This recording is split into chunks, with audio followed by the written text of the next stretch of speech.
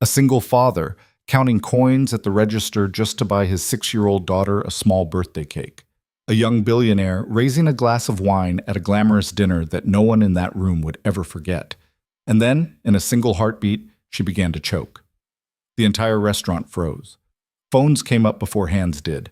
No one moved, no one breathed, no one stepped forward, except one tired man in a second-hand jacket who ran across that polished floor and saved her life in front of the whole city.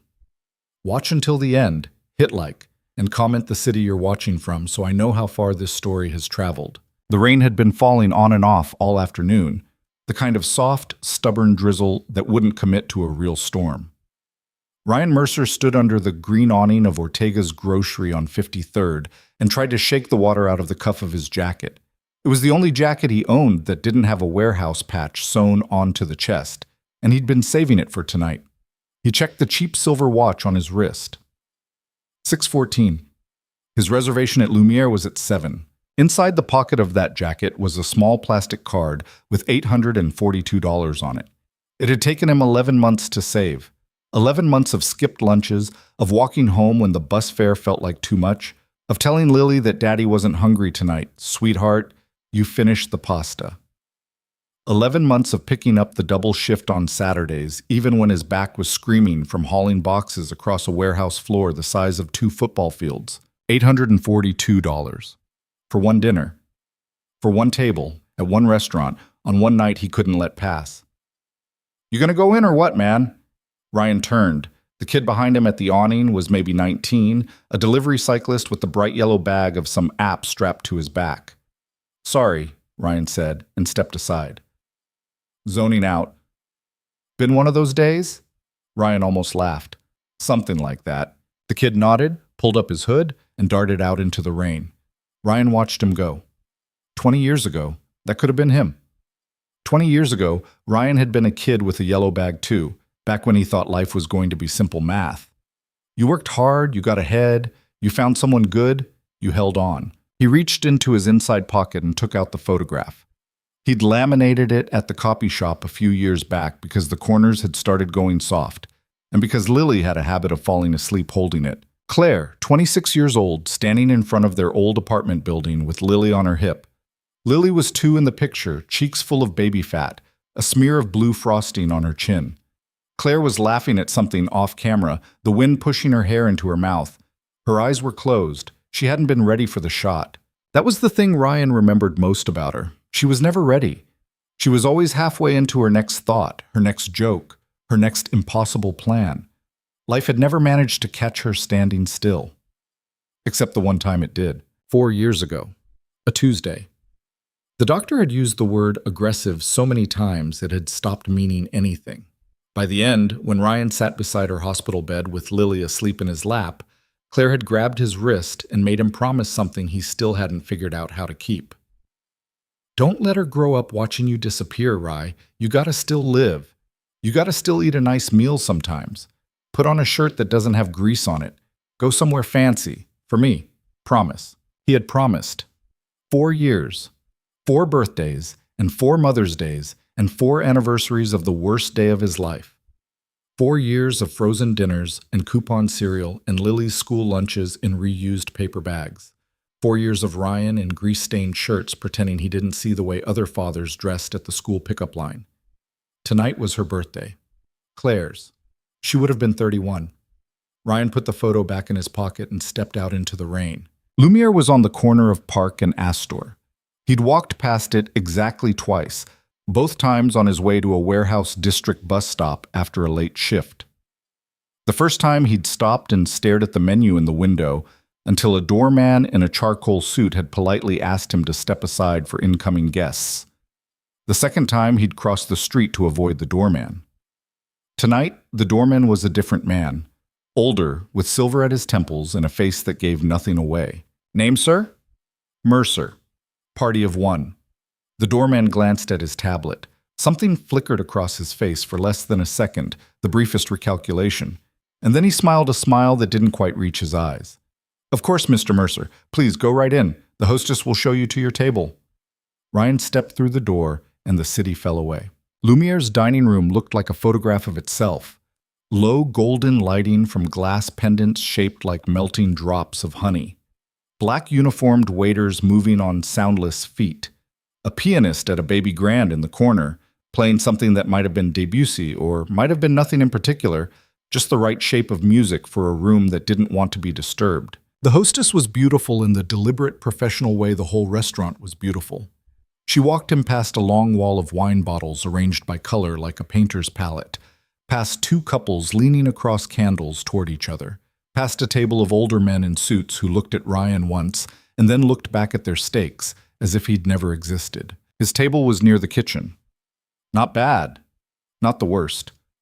A two-top along the wall, tucked beside a gauzy curtain that separated the main floor from the private dining room on the other side. Your server will be with you shortly, sir. Thank you. He sat. The chair was heavier than it looked, solid wood upholstered in soft leather.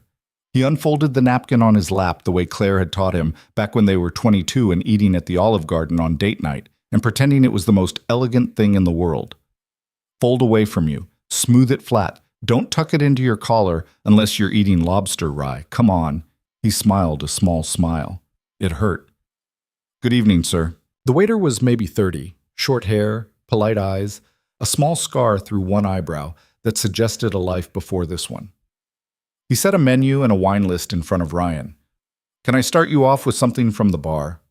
Ryan opened the wine list. The first bottle on the first page was $72. The last bottle on the last page was $1,100. He closed it. Just water. Tap is fine. Of course, sir. Sparkling or still? Tap. Ryan repeated gently. From the faucet. Whatever you have. The waiter blinked once. Recovered. Absolutely, sir. Right away. Ryan exhaled when the man walked off. He could feel his pulse in his throat. This was ridiculous. This was a restaurant, not a courtroom. Nobody here was going to throw him out. He'd paid his deposit online 3 months ago. He had the confirmation email printed and folded in his wallet, just in case. He opened the dinner menu. The prices didn't have dollar signs, as if money were some crude thing not to be named out loud in polite company. 48, 62, 79. 104 for something called the chef's tasting, which he assumed meant a parade of tiny plates with tweezed garnishes on top. He did the math in his head. 1 entree, 1 small appetizer maybe. No wine, tap water, tip at 20% because Claire had always tipped 25, but he had a kid to feed in the morning. It was going to be close. The curtain beside him moved slightly, and a burst of voices came through from the private dining room. Told him, Michael? I told him, if he so much as thinks about that valuation again, she's going to eat him alive, you watch. To Alyssa, then. To the future of urban health tech. To Alyssa. Glasses clinked. Ryan heard the sound through the curtain, crystal against crystal, the ring of real stemware. He didn't look up. This was not his party. This was not his world. His waiter came back with a pitcher of ice water and poured it into a glass that probably cost more than his phone. Are you ready to order, sir? Yeah, I'll have the half chicken and a side of the heirloom carrots. Excellent choice. And an appetizer? No, that's good. Very good, sir. The waiter took the menu and left. Ryan looked down at the folded napkin in his lap and let himself, for the first time all day, think about why he was really here. He had lied to Lily about tonight. He told her he was going to a work dinner for warehouse supervisors, that Mrs. Kowalski from across the hall was going to watch her until 10. Lily had been so proud of him. She had tied his tie badly and said, "You look like a daddy from a movie, Daddy." And then she had asked if he was going to have cake there, because it had been a long time since she had seen him eat cake. He hadn't said yes or no. He'd just kissed the top of her head and told her he'd tuck her in when he got home. He had not told her it was her mother's birthday. Lily was 6. She remembered Claire only in pieces.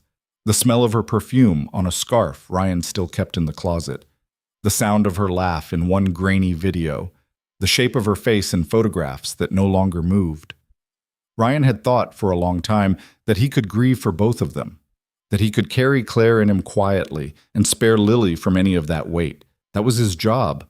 That was what a father did. And tonight, he was going to sit alone in the fanciest restaurant he could almost afford, order the cheapest entree on the menu, eat it slowly, and tell his wife, silently, across whatever divide lay between them, that he had kept her promise, that he had eaten a nice meal, that he had worn a good jacket, that he had not disappeared.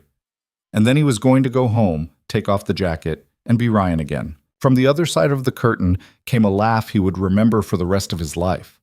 It was a woman's laugh, low and a little bit surprised, like whoever had made her laugh had done it by accident. Ryan didn't mean to listen. He just did. "I'm telling you, he pulled the offer," the woman was saying, "literally in the middle of pitch. You could see it on his face. He thought I was going to fold." "And did you?" a man's voice asked. "Did I what?" "Fold." She laughed again. "I doubled the ask." There was a chorus of groans and applause from her table. "To Alyssa!" someone shouted again. "You've toasted me 3 times already, Derek. Give it a rest."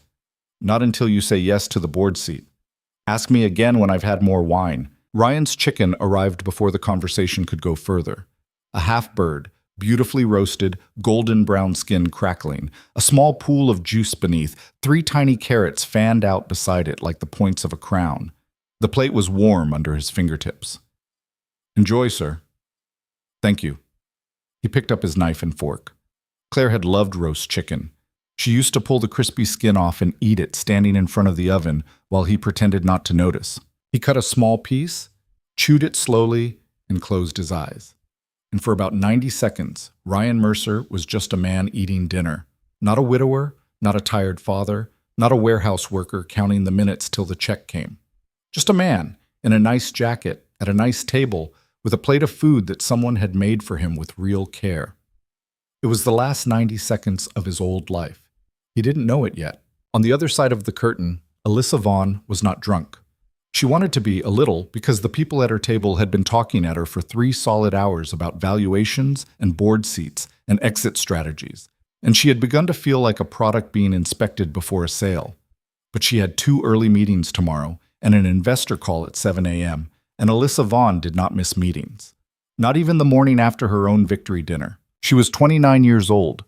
4 years ago, she had been a graduate student sleeping on a friend's couch, running a small code project out of a coffee shop because the Wi-Fi was better there than in her shared apartment. 3 years ago, she had incorporated that code project as a company and given it a name that sounded important, even though at the time it was still just her and a server somewhere in a rented rack. Tonight, 9 people sat around a long walnut table in the private room at Lumiere, and every single one of them wanted a piece of what that company had become. "Alyssa, I'm serious. The Henderson Group is ready to move. You let this go another quarter, and the next round is going to close at half the multiple." "Derek," her voice was flat, "eat your sea bass." "Alyssa, Derek, I'm not doing this tonight." He shut up. Derek Osman, 46, managing partner at Osman and Vale, did not generally let anyone shut him up. But Alyssa had a way of saying names that felt like closing a door. She did it without raising her voice. She did it without even looking at the person. It was the single most useful skill she had developed in 5 years of being the youngest and the smallest and the only woman at most of the tables she sat at. She reached for her wine glass and took a sip. The wine was very good. Someone at this table had ordered it at a price point she could have guessed within $20. Another skill of hers. Derek, chastened, started talking to the man next to him about a property in Aspen. Alyssa turned her head slightly and looked at her own reflection in the window behind the table. The private dining room had a view of a small interior courtyard, stone and ivy, and one tired-looking lemon tree in a concrete pot. The window was dark enough that her face came back at her. She looked, she thought, very tired. Not the kind of tired she could fix with a night's sleep. The other kind. "You're quiet," said the woman on her left. Priya, her chief of staff. The only person at this table who actually worked with Alyssa in a real way. The only person, probably, in this whole restaurant that Alyssa actually liked. "I'm always quiet." "You're a different flavor of quiet. Everything okay?" Alyssa glanced at her. "I'm fine." "Mm-hmm. I am." "Mm-hmm." Alyssa almost smiled. Priya was the only person allowed to mm-hmm her. It was in Priya's contract, unofficially. "I was just thinking," Alyssa said quietly, so the rest of the table wouldn't hear, "that I don't remember why I'm doing any of this anymore." Priya didn't react right away. She lifted her water glass and took a slow, long drink, as if buying herself the time to figure out if her friend was being dramatic or serious. Then she said, just as quietly, "Okay, we can talk about that, not here." "Not here," Alyssa agreed. Derek raised his glass again. "Ladies and gentlemen, I propose one more toast to our brilliant CEO and to the deal of the year. May next quarter be even bigger. Derek, so help me. To Alyssa." She rolled her eyes and picked up her glass. There was no stopping Derek when he was in toast mode.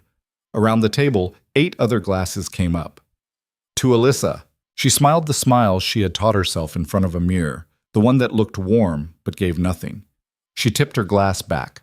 She took a long swallow of wine. Something in the food she had eaten 20 minutes before, a piece of seared tuna she had barely thought about at the time, shifted in her throat. Not all the way, just enough. She coughed. It was a small cough.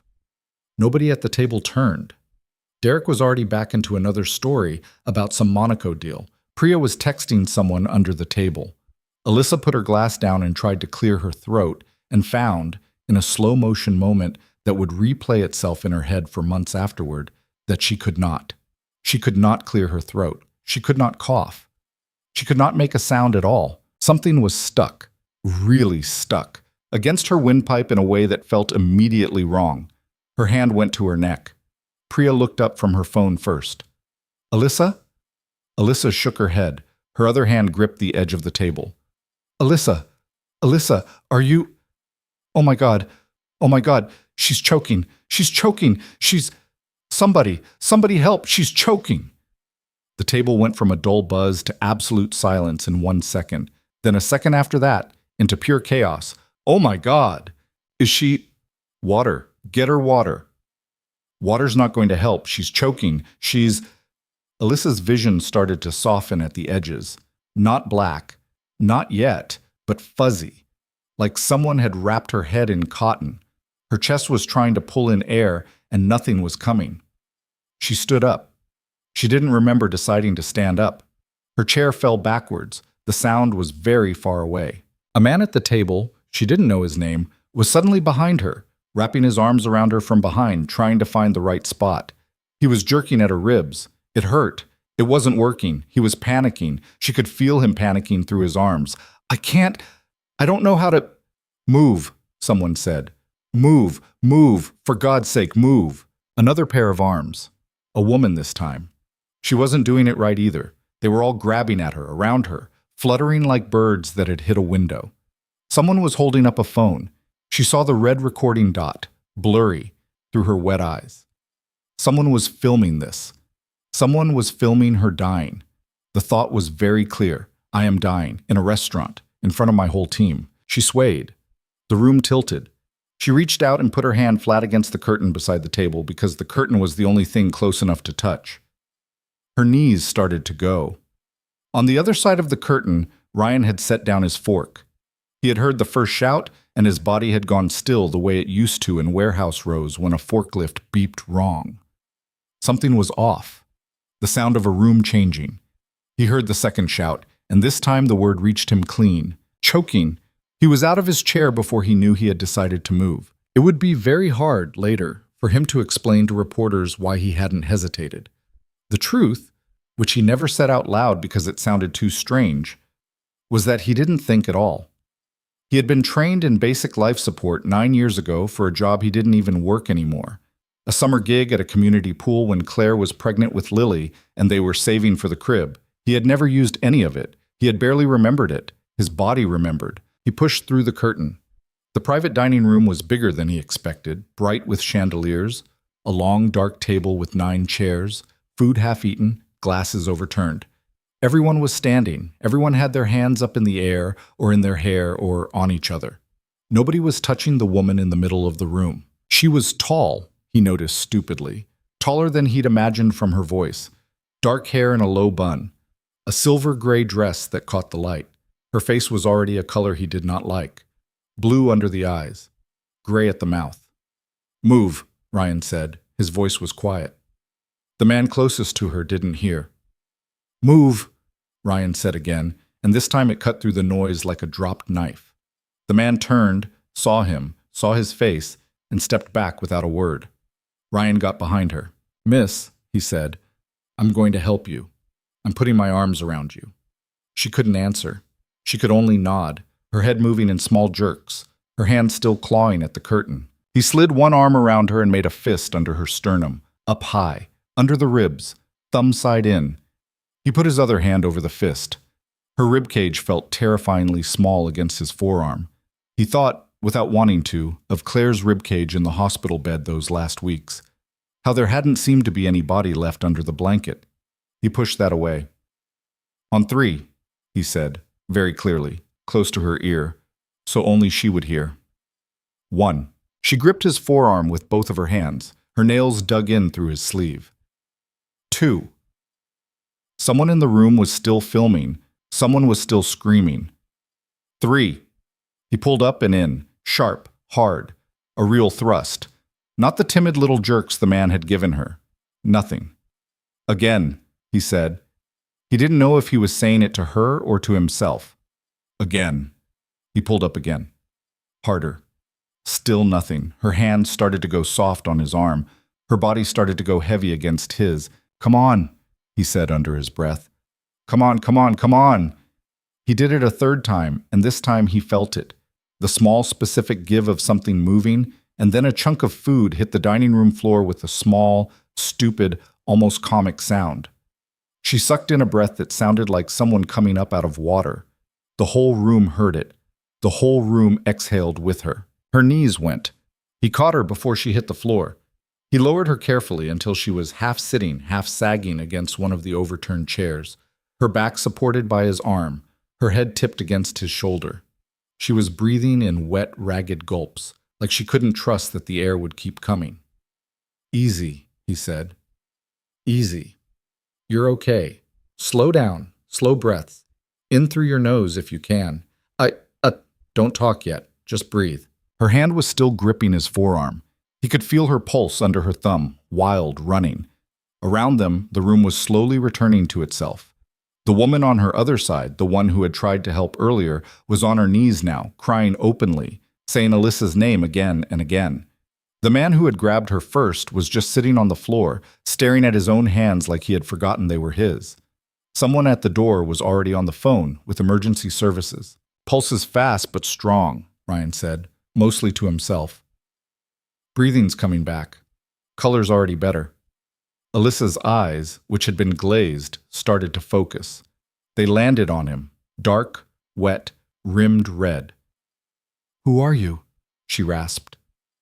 Nobody, Ryan said automatically. Then, realizing how that sounded, he said, Ryan. I'm Ryan. Ryan, she repeated. Her voice was a wreck. Ryan. Yeah. I was dying. You're not anymore. She swallowed, winced. My throat. Yeah, I'm sorry about that. I had to pull hard. How did you... Please don't talk yet. EMTs are coming. Just breathe. She closed her eyes. A tear slid down the side of her nose and disappeared into the collar of her dress. The restaurant manager arrived at the door of the private dining room with 2 of the waiters behind him. His face was the color of old paper. Ma'am, are you... Oh my God, Miss Vaughn, we've called everyone. The ambulance is on its way. We are so profoundly... It's fine, Alyssa whispered, eyes still closed. I'm fine. Everyone's fine. Ryan started to ease her weight onto the chair itself so he could stand up and step back. Her hand did not let go of his arm. Stay. He stayed. Priya was kneeling beside them now, wiping mascara off her face with the back of her wrist. Alyssa, I'm here. I'm right here. I'm so sorry. I didn't know what to... Priya. Yeah, I'm here. Who is this? Alyssa said, her eyes cracking open toward Ryan.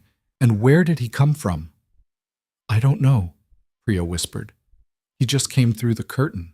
Alyssa looked at Ryan properly for the first time.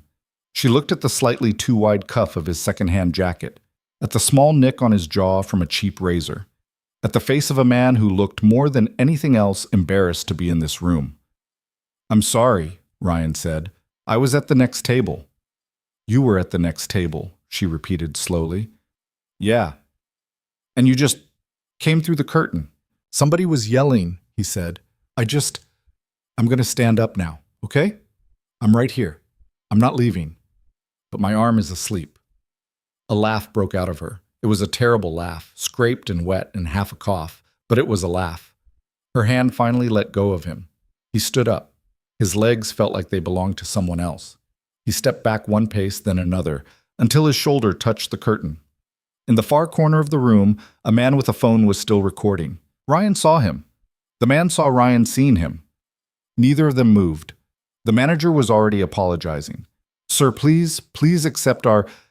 Tonight's meal is, of course, anything you need. Please, if you would come with me to the bar, we can... I just want to get back to my table, Ryan said. Of course, let me... I'm okay. Thank you.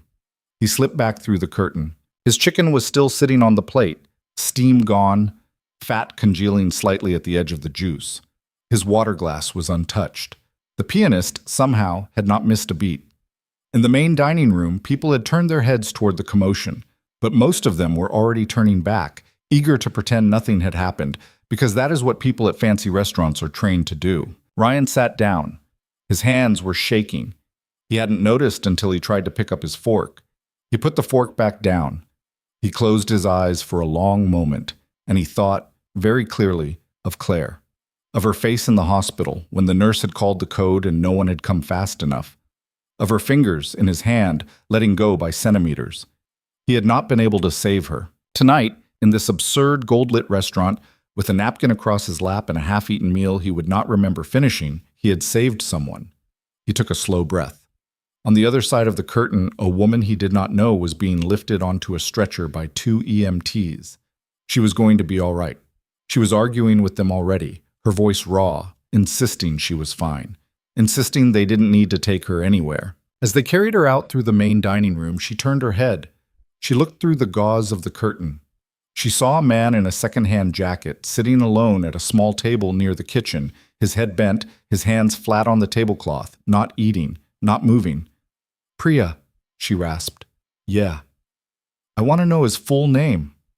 "Okay." "And where he lives, and what he does, and if there's anyone with him." "Alyssa, can this wait until..." "No." Okay, I'll find out, just go to the hospital first, please." The stretcher moved past the curtain. Through the thin fabric, Alyssa's eyes and Ryan's eyes met for a single, unplanned second. Then he looked down at his plate, and she was carried out into the rain. By the time Ryan had paid his bill with hands that still would not stop trembling, by the time he had refused twice the manager's offer to have his meal comped, by the time he had stepped back out under the green awning on the corner of Park and Astor and watched his own breath fog the air, 3 different people inside the restaurant had already uploaded their videos.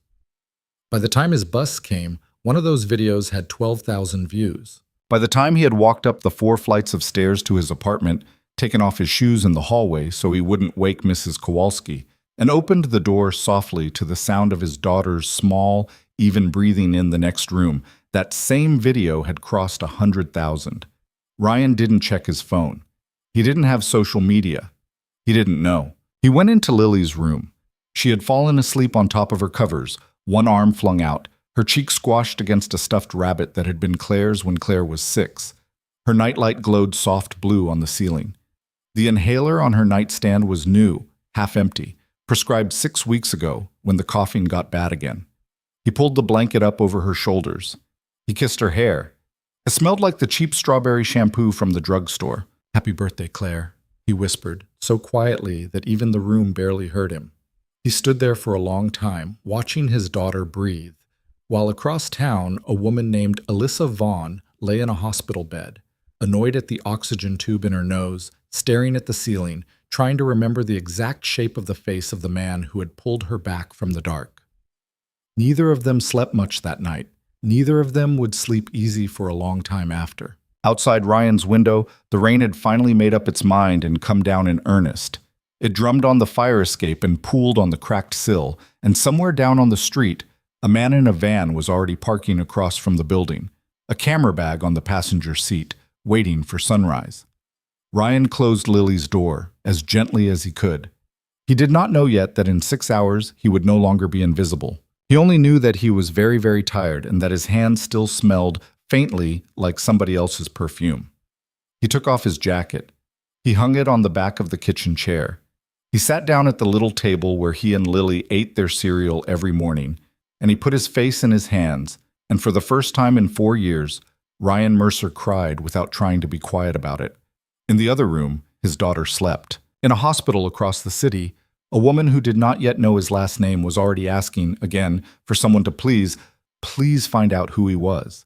And on a server somewhere, in a cold room full of blinking lights, a 38-second video kept climbing. 200,000 views. 300,000. By morning, it would be everywhere. Ryan woke up at 4:47 to the sound of someone banging on his door. It wasn't the knock of a neighbor who needed sugar. It wasn't Mrs. Kowalski's soft two-tap. It was a fist, closed, insistent, the kind of knock that didn't care who was sleeping. He sat up on the couch, disoriented. He had fallen asleep with his shoes still on. The kitchen chair where he'd hung his jacket was 3 feet away, and the sleeves were still damp. His mouth tasted like old coffee and salt. The knocking came again. "Mr. Mercer? Mr. Mercer? Are you in there?" He stood up too fast. The apartment swam. He crossed the small living room in 3 steps and put his ear against the door. "Who is it?" "Mr. Mercer, I'm with Channel 7 News. We were just hoping to get a quick statement about last night. It's going to take 2 minutes of your time." Ryan's brain did not immediately attach the word "last night" to anything. He had not yet put the pieces together. His first thought was that something had happened at the warehouse, that one of the guys on the night shift had gotten hurt, that maybe the company was sending a press person around because of some accident. Then he remembered the woman's face, the blue under her eyes, the way her fingernails had dug through his sleeve. And then he remembered the man in the corner of the private dining room, holding up a phone. "Oh," Ryan said softly, to no one. "Mr. Mercer?" "I don't have a statement," he said through the door. "Please go away. My daughter is sleeping." "Sir, it'll just take—" "Please." He heard the reporter step back, heard her murmur something to a cameraman in the hallway, heard the tiny beep of a radio earpiece. Ryan stood with his forehead against the door for a long moment. His phone was on the kitchen counter, face down, where he'd left it when he came in. He hadn't even plugged it in. He picked it up now with a strange reluctance, as if he already knew. 412 missed calls. He stared at the number. 412. The number didn't mean anything. His phone could not even be programmed, he thought stupidly, to go that high. Messages from numbers he didn't recognize. Messages from his supervisor at the warehouse. Messages from a sister-in-law in Oregon he hadn't spoken to in 2 years. A message from his old high school friend Marcus, which said only, "Bro, bro." He opened the browser. He didn't have to search for anything. The top news story on the home page was a grainy, sideways video of a man in a brown jacket catching a woman before she hit the floor. The headline said, "Who is the Good Samaritan who saved tech CEO Alyssa Vaugh?" Ryan sat down on the kitchen floor. He didn't remember deciding to sit down.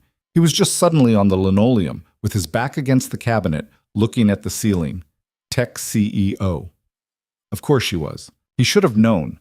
He had heard them in the next room, toasting her, arguing about valuations and board seats, using words he only half understood. He had not put it together at the time, because his brain had been busy trying not to think about Claire. He had heard, and he had not listened. Now the whole internet was listening, apparently.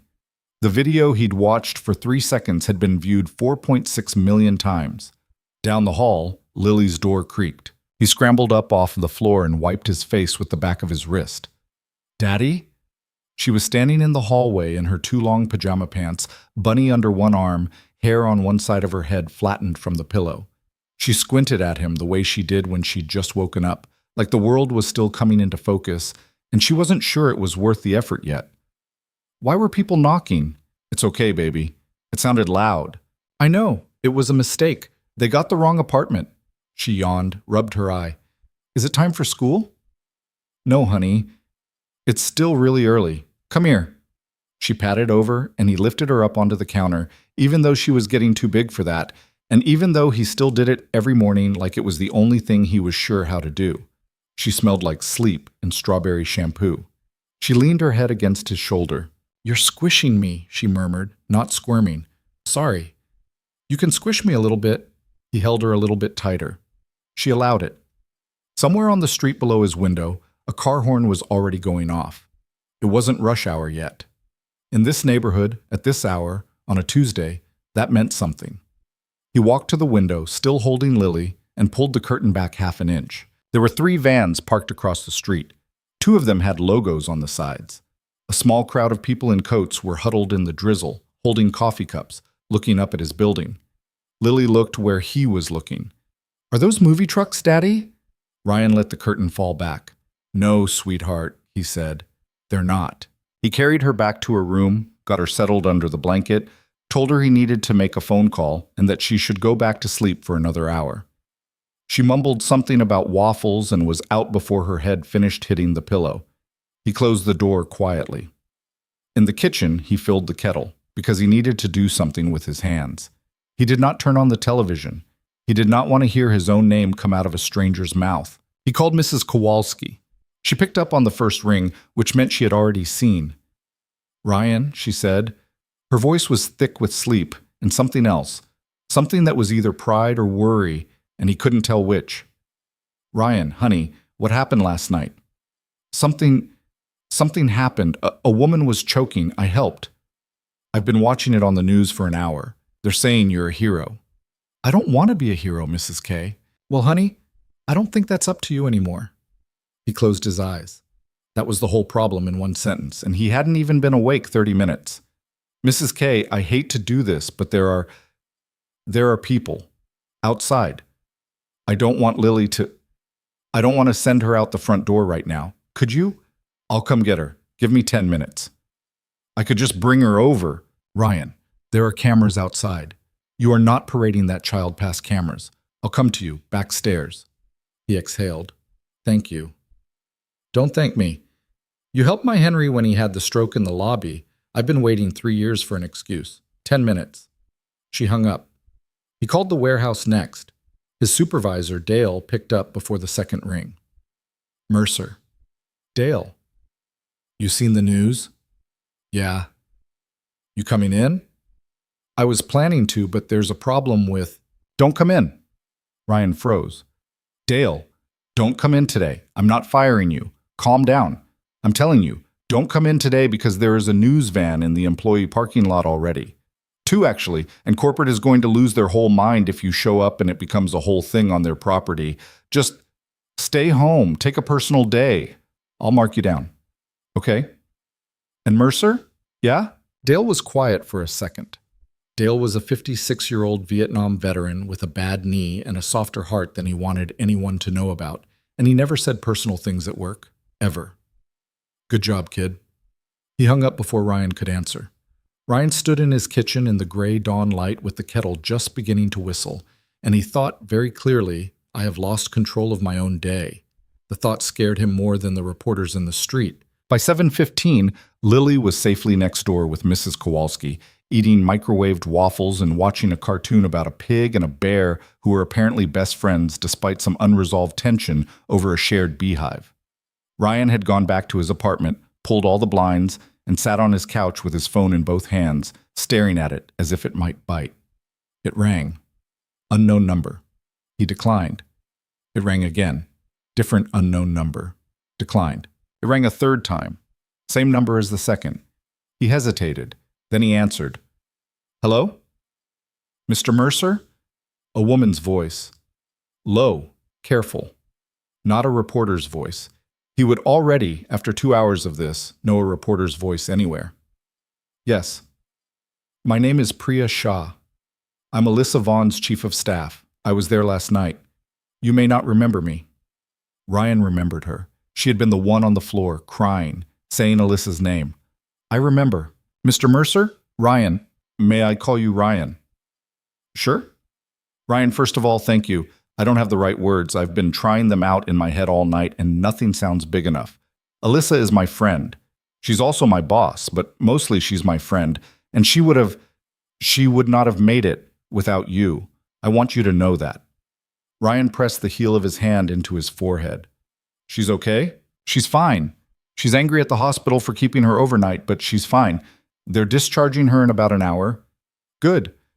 Ryan, the reason I'm calling, she asked me to call. She would like to meet you today, if possible. I know that's a lot. I know your morning has been a lot. That's one way of putting it, yeah. Priya laughed, a short, tired laugh. I saw the block outside your building on the news. I'm so sorry. That's going to get worse before it gets better, I'm afraid. Yeah, I'm figuring that out. Ryan, I want to be direct with you. Alyssa doesn't want to do this in a public place. She doesn't want a big gesture. She doesn't want press. She just wants to see your face for 5 minutes in private and say the word thank you out loud. That's all. I can send a car. Anytime you say. I don't want a car. Okay. I don't want anything, Priya. I need you to hear that. I didn't do what I did for... I don't want any of this. I want my life back. There was a silence on the other end. He could hear her breathing. Ryan, she said softly, I hear you. I am hearing you. And I am going to say something as someone who has seen this kind of thing happen to other people. I don't think your life is going to come back the way it was. I'm really sorry. It's the truth. The internet doesn't give things back. What I can tell you is that the next few days are going to get stranger, not easier, and having someone in your corner who understands this world might be useful. Alyssa isn't trying to put herself in your life. She's trying to say thank you, and I think, privately, she's trying to help. Ryan didn't say anything. Think about it. I'll text you my number. Call or don't. There's no pressure. Okay?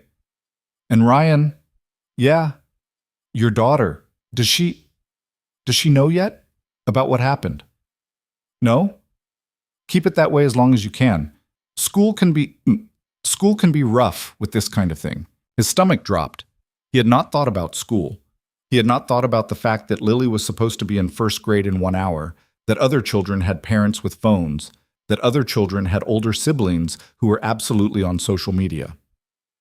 Oh, he said. Yeah. Call me if you need help. She hung up. He sat on the couch for another minute. Then he got up and went next door.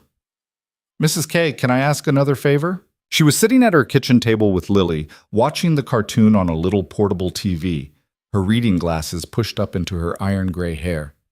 You can ask me anything, honey. Can she stay home today? Lily's head whipped around. No school? Just today, baby. Is it a snow day? It's a special day. It's not snowing. I know. Is something wrong? There it was. The question. His daughter had a built-in radar for wrongness. She had developed it sometime in the long fall of her mother's illness, and she had never put it down. He had underestimated always how much she saw. He crouched down next to her chair.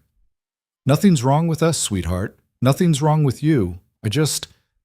I have to do a couple of grown-up things today, and I think you and Mrs. K could have a really fun day instead of school, just today. Can we bake? She asked Mrs. Kowalski. We can absolutely bake. Cookies? Cookies. Daddy, can I stay home? Yeah, baby, you can stay home. She turned back to the TV, entirely satisfied. Mrs. Kowalski gave him a look over the top of her glasses. He mouthed, "Thank you." She waved it off. He let himself back into his apartment and called Priya. I'll meet her, he said when she picked up. But not today. Today I need to figure out my own house. Tomorrow. Somewhere small. Not a restaurant. Name a place. There's a coffee shop on Clement, across from the laundromat. It's called Bean, 4:30. I have to pick my daughter up at 4. We'll be there. No cameras, Priya. Swear. I swear on Alyssa's life, and she'd kill me for the phrasing. No cameras. Ryan laughed, short and surprised. Fair enough. The rest of the day went the way bad days go when you are trying very hard to be calm. He kept the blinds down. He ignored his phone, which kept ringing, and then finally, mercifully, died around 11. He made tuna sandwiches for himself and Mrs. Kowalski and Lily at lunch and carried them over on paper plates. He watched a cartoon about the pig and the bear. He let Lily paint his fingernails blue, and he let her laugh at him when she did. At 3:50, he walked Lily down the back stairs of his building, out through the alley, across 2 streets, and into the warm, garlicky safety of her school pickup line. None of the reporters on the front of the building had thought to cover the alley. He had always known that alley would be useful for something. Lily talked the whole walk home about a girl named Maddie, who had brought a hamster to school in a sock, apparently, and had been sent to the principal's office for it. Ryan listened. He made the right sounds. He did not let go of her hand, even once, even when they were standing still at crosswalks. At 4:20, he left her with Mrs. Kowalski again with a promise that he would be back before dinner. Mrs. K did not ask where he was going. Ryan loved her for that. Bean was a narrow coffee shop wedged between a laundromat and a dry cleaner on a street that had not yet been discovered by anyone with money. The espresso machine was old and hissed. The chairs did not match. There was a single houseplant on the front windowsill that had survived through what Ryan suspected was sheer stubbornness. He arrived at 4:28. The place was nearly empty. An old man was doing a crossword in the corner, and a college kid with headphones was typing at the counter. The woman behind the register nodded at him without looking up. He ordered a drip coffee with room for milk and sat at the table farthest from the window. At 4:31, the bell above the door jingled. She came in alone. No entourage. No bodyguard. No Priya. She was wearing a dark green coat buttoned all the way up, a wool hat pulled low over her hair, and jeans. Plain jeans. Dark sneakers. She looked for a second like any other tired 20-something in this neighborhood stopping in after work. Then she turned her head, and he saw her face, and it was the face from the private dining room, the face that had looked at him through the curtain, and his stomach did a small, unexpected flip. Her eyes found him. She walked straight over. Ryan. Miss Vaughn. Alyssa. Alyssa. She sat down across from him. She did not offer her hand. He was grateful for that. He had no idea what his own hands were doing. She looked at him for a long second. He looked back. In the softer light of the coffee shop, off the chandeliers of Lumiere, out of the silver dress, she looked younger than he'd thought last night. Tired, yes. A little hoarse, still. There was a small red mark on the left side of her throat, low, near the collarbone, that he realized with a small jolt had been made by his own forearm. "I'm sorry about that," he said, before thinking. "About what?" He nodded at the mark. Her hand went to it. She almost smiled. "Don't. You earned it." Still. "Ryan?" she said, and her voice was quieter than he had expected, quieter than last night even after everything. "I wasn't going to make it. I want to say that out loud before I say anything else. I felt my knees go. I saw the ceiling. I wasn't going to make it. You made it because you ran into the room. Anyone would have... No." "What?" "No, they wouldn't have." She leaned forward a little.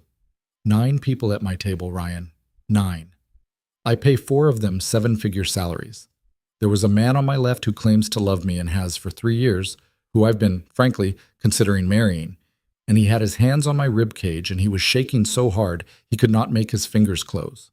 There was a woman on my right who teaches a leadership seminar. Ryan. She literally teaches people how to stay calm in a crisis. And she had her hands in her hair, on her own head, like she'd been the one choking. Nobody in that room was going to get it done. I had time to figure that out. I had time to be certain. And then a curtain moved, and this stranger came through, and he told everyone to move, and they moved. And he asked me if it was okay if he put his arms around me, which I remember, by the way. I remember you asked me. I remember you counted to 3. Ryan looked at the table. "I don't know what to do with that," he said quietly. "I don't know what to do with any of it." "I know." "I didn't think about it. I just did it. I'm not what people are saying online. I just did what I was supposed to do." "That's the definition of what people are saying online, Ryan." He was quiet. The woman behind the counter brought over a small ceramic cup of black coffee for Alyssa. She had not ordered it. Alyssa thanked her and took a slow sip and winced slightly as it went down. "Throat still raw?" Ryan asked. "It'll be like this for a few days," they said. "I'm sorry." "Stop apologizing." "I can't really, actually. I'm a dad. It's kind of baked in now." She laughed. It was the same laugh he'd heard through the curtain the night before, low and a little surprised. And she seemed surprised by it now, too, as if she hadn't expected to laugh at anything today. "How old?" "What?" "Your daughter. I know about her. Priya made me a dossier. I'm sorry, that sounds awful. I asked her to find out about you." "It's fine. How old do you think she is?" "I have no idea. I don't know any children." "She's 6. 6. 6.5, if you ask her, which you should. because otherwise she'll correct you. Name? He hesitated. Alyssa saw the hesitation and caught it immediately. Ryan, I'm not going to do anything with it. I'm not going to put her in a press release. I'm not going to tell anyone. I'm asking because I want to know who you were trying to get home to last night. He looked at her for a long moment. Then he said, Lily. Lily. Her mom named her Claire, my wife. She passed 4 years ago. Oh. Alyssa put her cup down. Oh, Ryan, I'm so sorry. It's okay. It isn't, though. No, he said softly. It isn't. They sat with that for a moment. The espresso machine hissed once behind the counter. The crossword man turned a page. Can I ask you something? Alyssa said. That is maybe going to sound weird. Sure. Why were you at Lumiere last night? He had been waiting for this question. He had known, from the second he sat down, that it was coming. He had not prepared an answer exactly. He had just known. It was my wife's birthday, he said. She'd have been 31. Alyssa did not make a face. She did not soften her eyes or reach across the table. She just nodded, once, and waited for him to keep going. She made me promise. Before she said I had to still live, that I couldn't just disappear into bills and work and being Lily's dad. She said I had to eat a nice meal sometimes, wear a shirt without grease on it, go somewhere fancy. So you went somewhere fancy. I saved for almost a year. Oh, yeah. Ryan, I know, it's stupid. It's not stupid. It's a lot of money for one chicken. It is a lot of money for one chicken. He laughed against his will. It felt strange to laugh today. It felt strange to laugh across from this woman. He had laughed all day yesterday with Lily, and not one of those laughs had felt as odd as this one. Alyssa set her cup down very carefully. Ryan. Yeah. I'm going to say something now that I have been trying to figure out how to say for about 6 hours. Can I just say it badly? Please. I want to help you. I don't need help. I know you don't think you do. And I don't mean a check. I mean, I know what the internet is doing to you right now because I live in the internet. I know what happens next, and the week after, and the month after. I know how this works, and I have some resources, and I have a very good lawyer, and I have a publicist who, if I call her, will make the people outside your building drift away like a bad smell. And I want to do that for you, because last night, the only reason I am drinking this coffee is because you left your own chicken to get cold for a stranger. Ryan looked at his coffee cup. Priya said the same thing, more or less. Priya is usually right about these things. I don't like owing people. I'm not asking you to owe me anything. I'm the one who owes you. You don't get to pay me back by making my thank you harder. He almost smiled. That's a good line. Priya wrote it in the car. She didn't. She did. She really did. I was going to say something much worse. He laughed again. It came out easier this time. Alyssa. Yeah. I'm going to be honest with you. I don't know how to do this. I don't know what you're offering. I don't know who you are or how big your whatever is. I looked you up just for a minute before I came. I tried. There's a Forbes article about you. There's a Vogue. You are clearly a much bigger deal than I understood last night. Don't read that stuff. I'm not going to. It's all wrong anyway. It said you're worth. Don't say the number. Okay. The number's wrong. Higher or lower? Not your business. He did laugh at that. So did she, and she winced and put her hand to her throat, and he winced too, as if the ache were shared between them. Look, she said, you don't have to accept anything from me. I just want to give you my number, my real number, not Priya's. If it gets so bad that your daughter notices or you can't get to work, or you lose your work, or some reporter does something that you need an adult to handle, you call me, and I will handle it. That's all. That's the offer. And if you never call, that's also fine. She slid a small white card across the table. It was blank, except for a phone number handwritten in blue ink. No name. No company. No title. Is this the sort of thing where... It's just a number, Ryan. I'm not buying you. I'm not asking for anything. You saved my life." He looked at the card. He picked it up. He put it in the breast pocket of his jacket, where Claire's photo still lived. "Okay," he said. "Okay." They sat there for another minute in the soft hiss of the shop, and he realized, slowly, that he didn't want to leave. It was the strangest thing. He hadn't wanted to come, and now he didn't want to leave. The woman across from him was a stranger. He didn't know what to do with her. She had too much money and too much voice, and he had not wanted, at any point in the last 4 years, to be interested in another person's face. He was interested in hers. It was a quiet thing, a small thing. He would have denied it if he had been asked. But she had laughed at his bad joke, and her throat hurt because of his arm, and her eyes had not softened in a pitying way when he said the word widower without saying it. He stood up. "I should go. I told my kid I'd be home before dinner." She stood up too. Now, she did offer her hand. He took it. Her palm was cool. There was a bandage on the back of her wrist where the IV had been. "Thank you, Ryan. You don't have to keep saying it. I'm going to keep saying it. I'm sorry in advance." He almost smiled. He let go of her hand. "Take care of your throat. Take care of your daughter." He walked out of the coffee shop. The drizzle had started up again. He pulled up his collar and walked 2 blocks before he let himself breathe. He was half a block from home when he saw them. Not the news vans from the morning. Those were gone. The building's property manager had called the police, apparently, and moved them off the street around noon. That wasn't the problem. The problem was the 2 men leaning against a black sedan parked in front of Ortega's grocery. They were not wearing press badges. They were not holding microphones. One of them had a small camera in his hand, not a big one, the kind a tourist would use. He was pretending to look at his phone, but his eyes were tracking the door of Ryan's building. Ryan slowed down. He turned and walked into Ortega's instead. Mr. Ortega himself was behind the counter, stalking a wall of cigarettes. He looked up. "Ryan, a lot of people asking about you today." "Yeah?" "2 guys in here about 20 minutes ago. Offered me $100 for your kid's school's name." Ryan's stomach went cold. "What did you—" "I said I didn't know who you were. I said I was sorry. I must be confusing you with a different Ryan." Ryan closed his eyes. "Mr. Ortega." "Don't. You're Lily. She's a good kid. My grandson is in her class. Jorge. You came to his birthday at the rec center last year and you helped me carry the piñata from my van because my back. You think I forgot?" "No, sir." "Go home. Use the alley. I'll go out front and wave at them for a while. Tell them my brother-in-law, the lawyer, is on his way. I do have a brother-in-law, the lawyer, but he is in Puerto Rico and asleep, so—" Ryan laughed. "Thank you.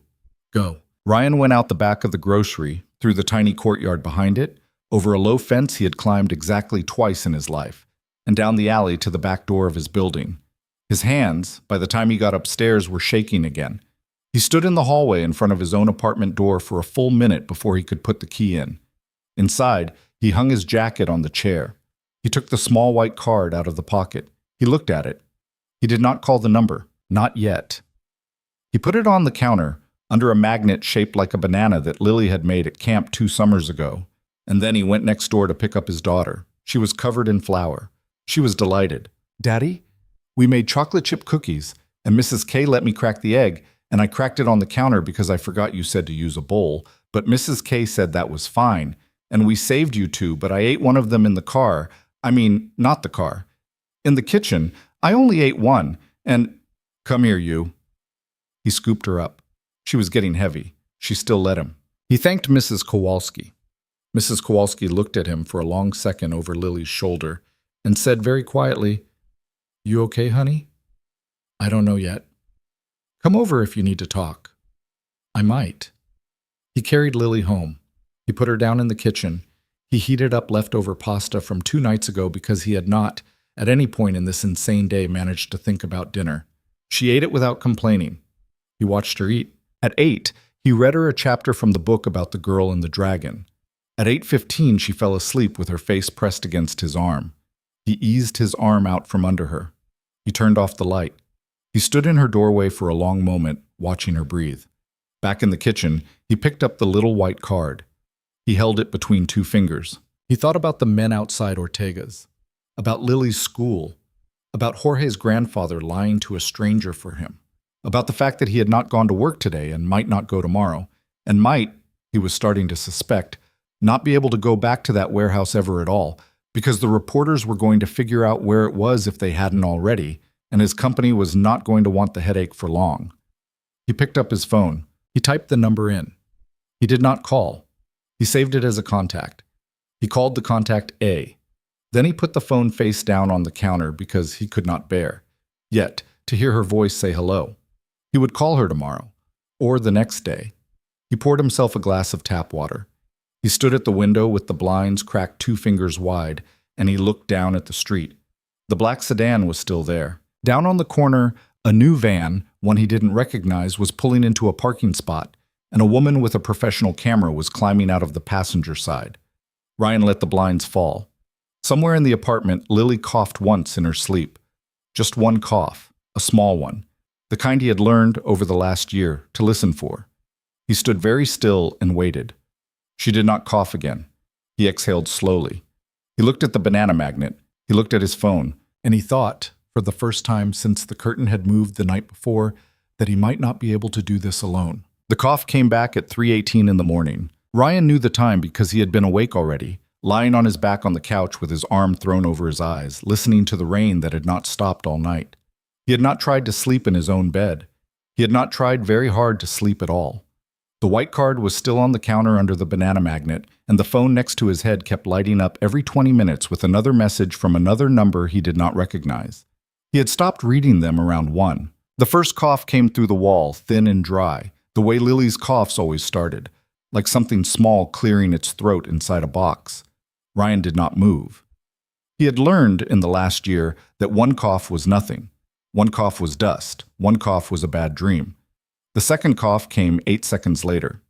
He sat up. The third cough came before his feet hit the floor, and it was already wrong. It was deeper. It had that wet rattle at the bottom of it that he knew the shape of.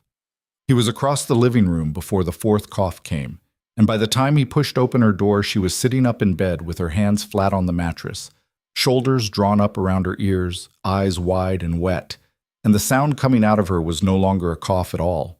It was a thin, panicked wheeze, in and then not quite out, like someone trying to whistle through a clogged straw.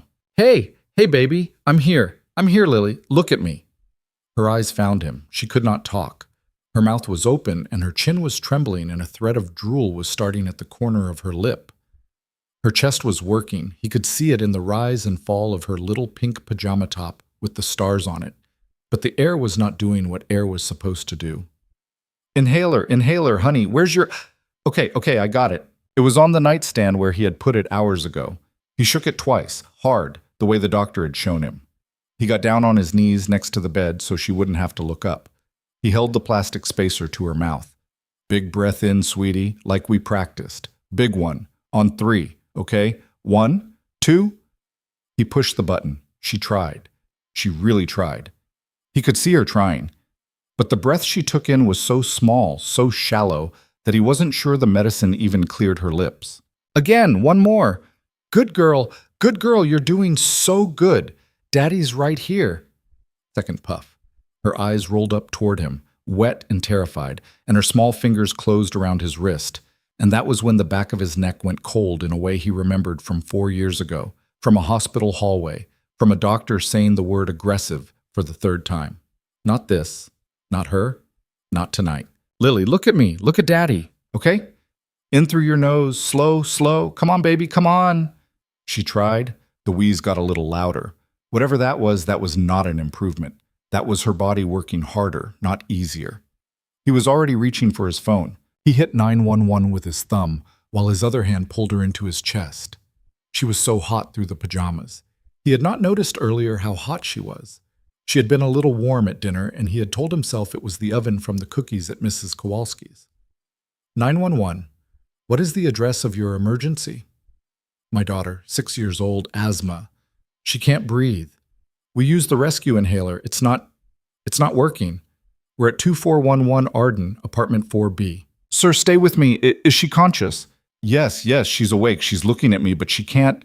She's wheezing. She can't pull air in. Her lips are... He looked down at her mouth. They were not blue. Not yet. But the color around them had gone the wrong kind of pale. They're getting pale. Please hurry, please. Ambulance is on the way, sir. Do you have the inhaler? Yes, I just used it twice. Try one more in a couple of minutes if she can tolerate it. Has she had an attack like this before? Yeah, not this bad. Never this bad. Is she on a maintenance medication? She was. We stopped a while ago because the copay. He stopped himself. He did not want to say it out loud. Because the copay had gotten to be too much. Because he had missed a refill in August when rent had gone up. Because he had told himself she'd been doing fine. She'd been doing great. She hadn't had a real attack in 4 months. They could skip a month, maybe 2. Maybe see how it went. Maybe see how it went. He had done this. He had done this to her. Sir? Sorry. Yes, her maintenance is expired. Okay, not your fault right now. Focus on her. Keep her upright. Don't lay her flat. Loosen anything around her chest. Keep talking to her. He got off his knees, picked her up, the whole little fever-hot weight of her, and sat down on the edge of the bed with her upright in his lap. Her head fell onto his collarbone. The wheeze was shallow, but it was still there. And as long as it was still there, something was still moving. I'm here, baby. I'm here. Ambulance is coming. You hear, Daddy? Ambulance, just like the book with the trucks.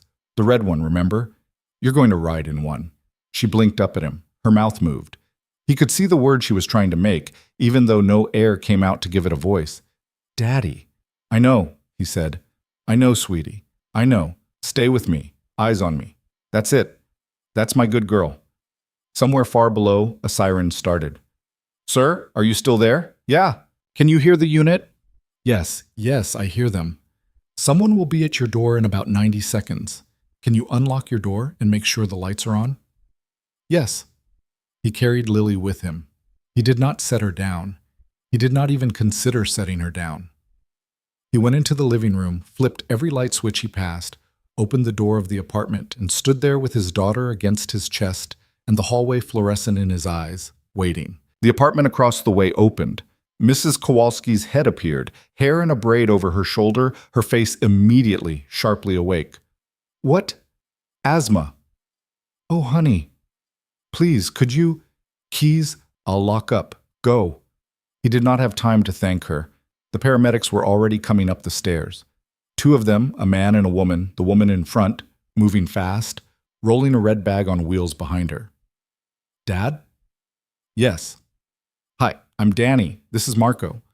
How long has she been like this? Maybe 6, 7 minutes. Inhaler twice, no real improvement. Got it. Let's get you downstairs. She wants to stay in your lap, that's fine. We'll walk with you. They moved. Down 4 flights of stairs with a little girl wheezing in his ear, and 2 strangers taking her wrist and her pulse and asking him questions he could barely hear over the rush of blood in his own head. Onto a gurney in the back of an ambulance. Oxygen mask, small one, pediatric size. Nebulizer running. Danny talking to Lily in a voice that was calm and bright and practiced. Hey, sweetheart. My name's Danny. I like your pajamas. Are those stars? Lily managed to nod. Cool. I love stars. Okay, I'm going to put this mask on your face. It's going to smell a little funny, but it's going to help you breathe. Can you be really brave for me? Another nod. Awesome. Dad, you're going to sit right there on that little bench. You can hold her hand the whole time. He held her hand the whole time. At 3:29, he was standing in a cold white triage bay at St. Anthony's, signing papers a nurse kept pushing at him, answering questions about insurance and allergies and his own date of birth, which he got wrong the first time and had to correct. A doctor he had not yet met was on the other side of a curtain doing something to his daughter that involved a second, larger nebulizer and a word Ryan did not know and was afraid to ask about. Mrs. Kowalski appeared beside him at 3:41, still in her robe, his spare keys on a silver carabiner clipped to her pocket. I took a cab. Mrs. K, you didn't have to. Of course I did. Sit. You're swaying. He hadn't noticed he was swaying. He sat in a plastic chair she steered him into, and she pressed a paper cup of water into his hand. He drank it without tasting it. Is she breathing? Mrs. Kowalski asked, low. I don't know yet. They took her behind the curtain. They won't let me in there. They will in a minute. I should be in there. You will be, in a minute. Drink the water. He drank the water. A nurse came out from behind the curtain. Young, tired, kind eyes. Mr. Mercer, she's stabilizing. We're going to keep her on the neb for a while and get her admitted overnight for observation. You can come back now. He was on his feet before she finished. Lily was lying back on a pediatric bed that was too big for her, under a blanket printed with cartoon elephants, with a mask over her face that was almost as big as her face. The fog of the nebulizer had filled the mask. Her eyes tracked him the second he came through the curtain. He sat on the stool next to her bed. He took her hand. Hey. She lifted 2 fingers in a small wave against the blanket. You scared me, Bug. Her mouth moved under the mask. He heard, through the plastic, a tiny, wet, "Sorry, Daddy." No, no, no, no. You don't apologize. You never apologize. That's not your... You didn't do anything wrong. Her eyes filled. He wiped the one tear that made it to her temple with the side of his thumb. Daddy did something wrong, he said quietly. Daddy missed a refill. Daddy should have taken you back to the doctor. I'm sorry, baby. I'm so sorry. It's okay. It's not. It's not okay. But it will be. I'm going to fix it, okay? I'm going to fix it. She nodded once under the mask. Then her eyes slowly closed. The attack had taken everything she had. Her little body was done. He sat there and held her hand and watched her chest rise and fall, each breath a little deeper than the one before it. And he stopped, finally, being afraid she was going to die tonight. He started instead being afraid of what came next. He did not know how he was going to pay for this. He had $1,400 in the checking account. He had $842 minus 88 minus tip left on the plastic card from last night, which he had not yet transferred back. He had no savings. He had a credit card with a $1,200 limit on which he already owed $6. An ambulance ride alone, even on his insurance, was going to be over $1,000 out of pocket. Overnight in a pediatric bed, a nebulizer treatment, a specialist consult in the morning if they wanted one, and then the new prescription he was absolutely, positively not going to miss a refill on again. He did the math in his head.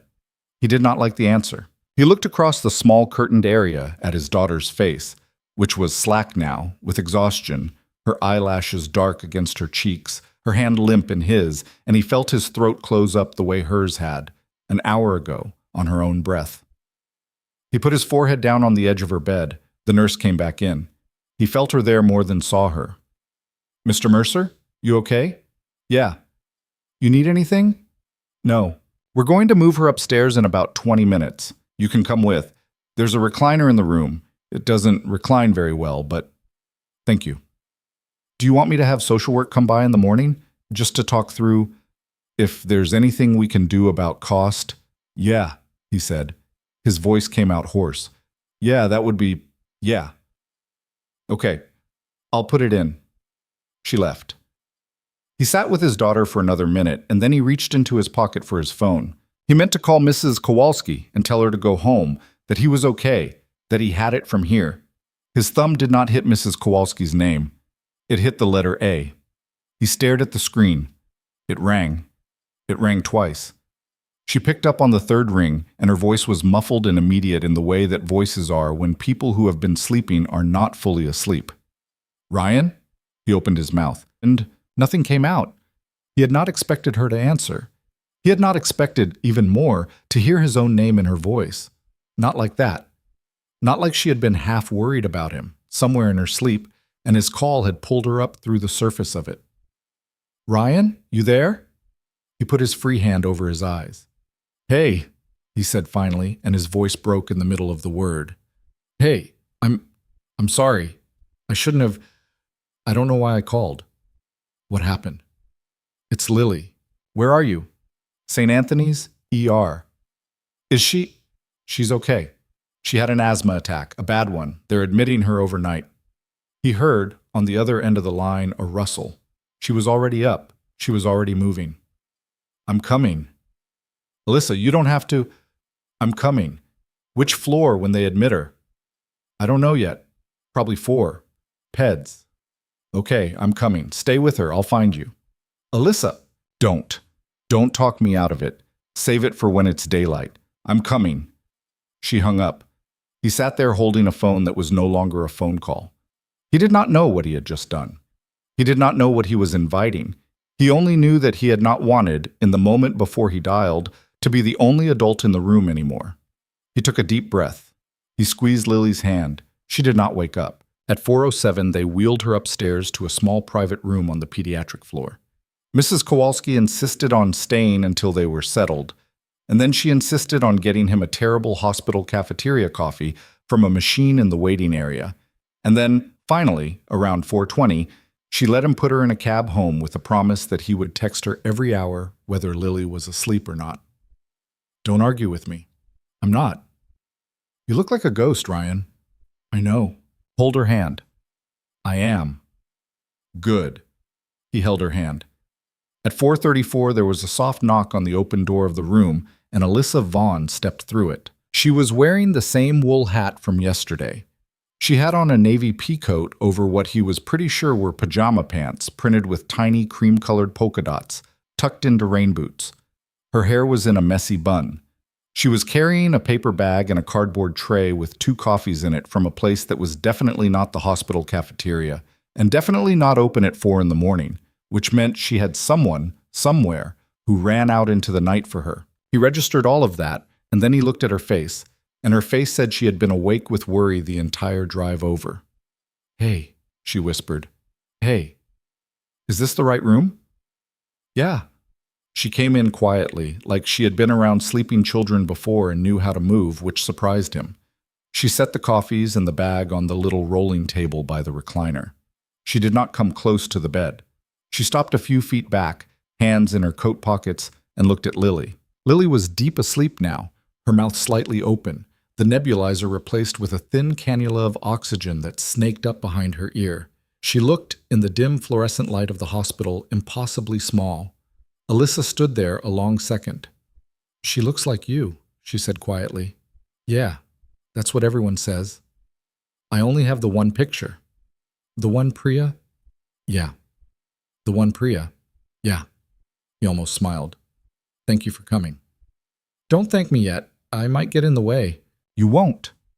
She finally sat, carefully, on the edge of the recliner across from him. She pulled one coffee out and set it on his side of the rolling table. She opened the bag, then closed it. "I didn't know what you'd want. I brought bagels." "I'll eat a bagel." "Now?" "Later." "Okay." They sat in silence for a minute. The oxygen regulator on the wall hissed softly. Somewhere down the hall, a cart rolled. A monitor beeped behind another closed door. The normal sounds of a sleeping floor. "Ryan," she said. "Yeah." "Can I ask what happened?" He told her. He told her about the coughing, and the wheezing, and the inhaler not working, and the 911 call. He told her his voice had sounded, to himself, like somebody else's voice. He told her about the paramedic named Danny, who had complimented Lily's pajamas. He told her about Lily's 2 fingers waving under the blanket. He did not tell her about the refill he had missed in August. He did not mean to not tell her. It just stayed in his throat.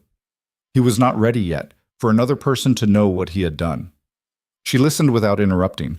She did not make the face people make when they want to be seen listening. She just listened.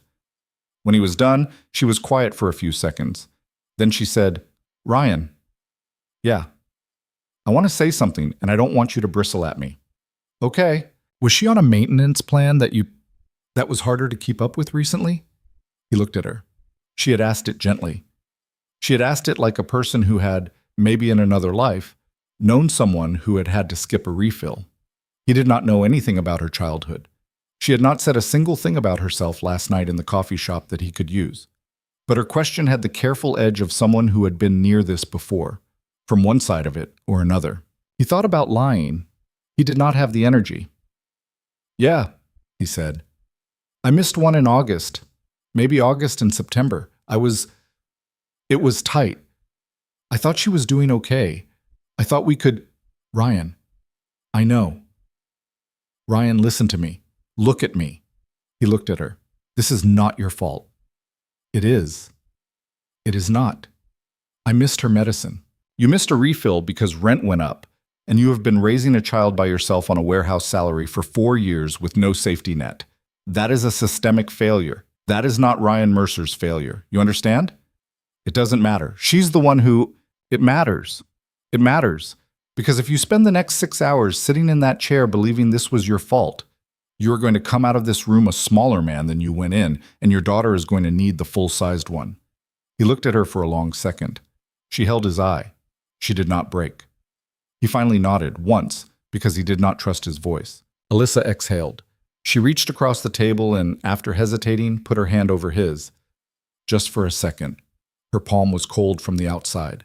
Her fingers were steady. "Drink your coffee," she said. "It's good coffee." "Okay." He drank his coffee. It was good coffee. Around 5, a resident came in, quiet and brisk, and told him Lily's oxygen had come up nicely, that they were going to keep her till mid-morning at minimum, that the attending would round around 8, that her numbers were trending right. Then she glanced at Alyssa, who was by then half curled in the recliner with her coat still on, and paused. "Family?" the resident asked. Ryan opened his mouth. He did not know how to answer. "A friend," Alyssa said smoothly. "I'm not staying overnight. I'll head out when the sun comes up." "Okay, just for the 24-hour number on her chart, only parents and guardians." "Of course." The resident left. Alyssa glanced at Ryan. "Sorry." "For what?" "For calling myself a friend. I should have asked." "It's accurate." "Is it?" "As of now." He hadn't meant to say it like that. It came out flatter than he meant. He looked down at his coffee. She was smiling very faintly. "Okay." At 5:48, Lily stirred. Ryan was up before she finished the stir. He was already leaning over the rail when her eyes blinked open, confused and glassy. "Hey," he whispered. "Hi, Bug." "Daddy? I'm here. My throat hurts." "I know. It's going to feel scratchy for a little bit. You did so good." "Where are we?" "At the hospital. You remember the ambulance?" She frowned, considering. "The red one." "The red one." She looked past him. Her eyes, still sleep-stupid, landed on Alyssa, who had stayed very still in the recliner.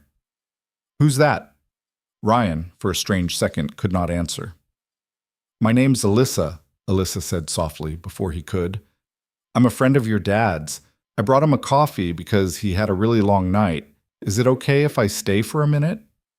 Lily considered her with the particular seriousness of a 6-year-old being addressed with respect. "You're wearing pajamas." "I am. Adults don't usually wear pajamas outside." "Usually they don't. I was in a big rush. I didn't have time to change." "Is that polka dots?" "It is polka dots." "I like polka dots." "Me too." Lily looked at Ryan. "Is she a friend from work?" Not exactly. She's a new friend." "Is she the lady from the—" She stopped. Ryan's heart did something small and ugly. Lily had seen something.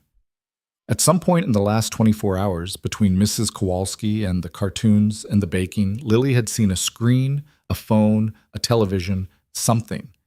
And she had put 2 and 2 together in the quiet, endless way that children did. Lily did not finish the sentence, which was its own answer. Ryan crouched down so his face was level with hers. "It's okay, baby.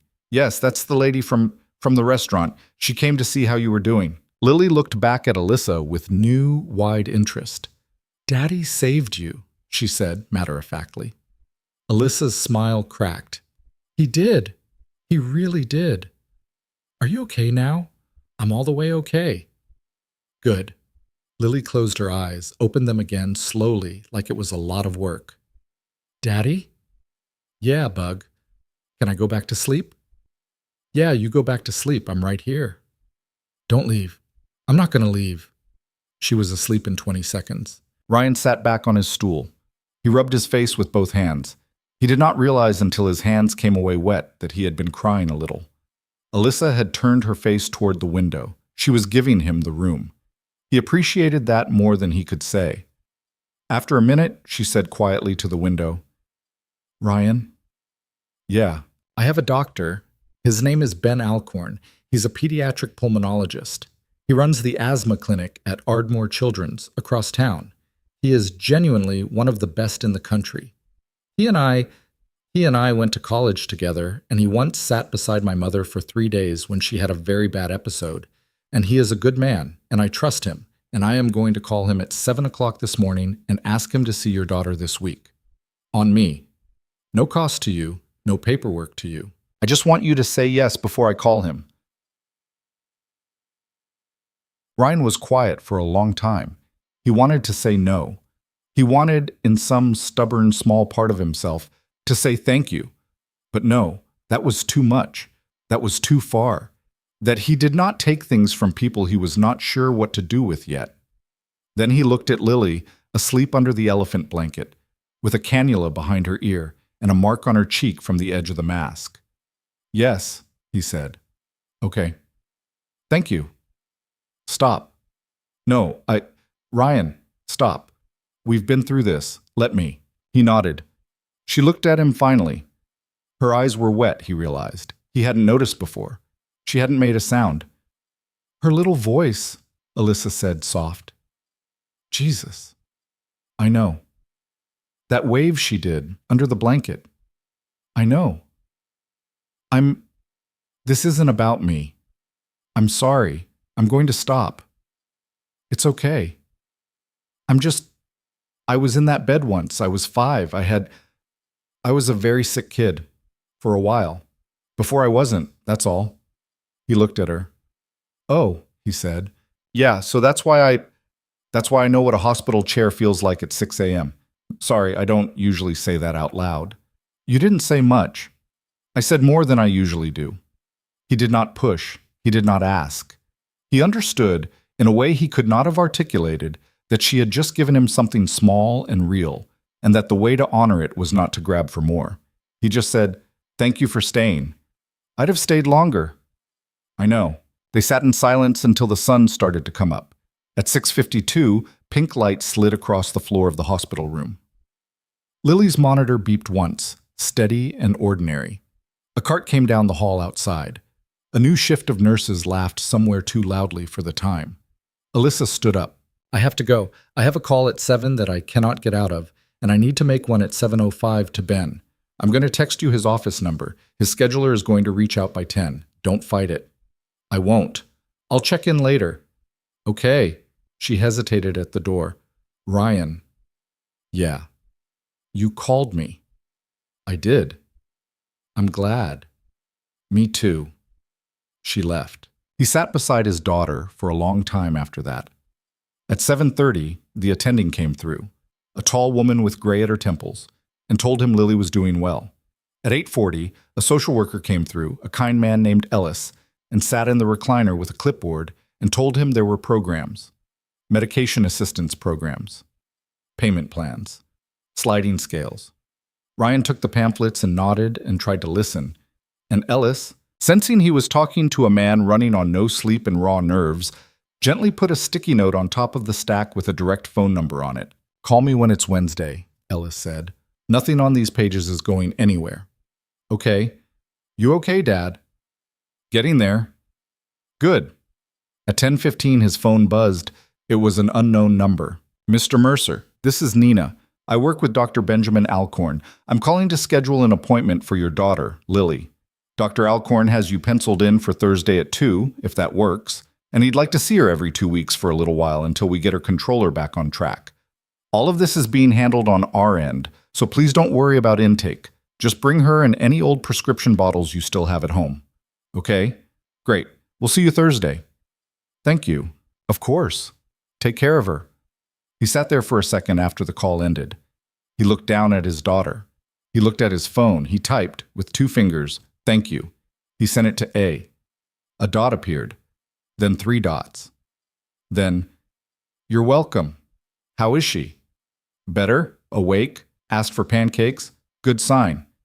Yeah." The dots went still. Then, "Ryan. Yeah. You did not have to call me last night. You chose to. I know what that cost you. I'm going to earn it." He read that twice. He did not reply. He did not know how. He set the phone face down on the windowsill. Lily stirred again, around 11, and asked for juice. He buzzed a nurse.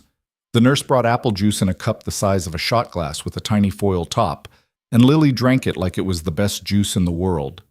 "Daddy?" "Yeah." "Can we go home after this?"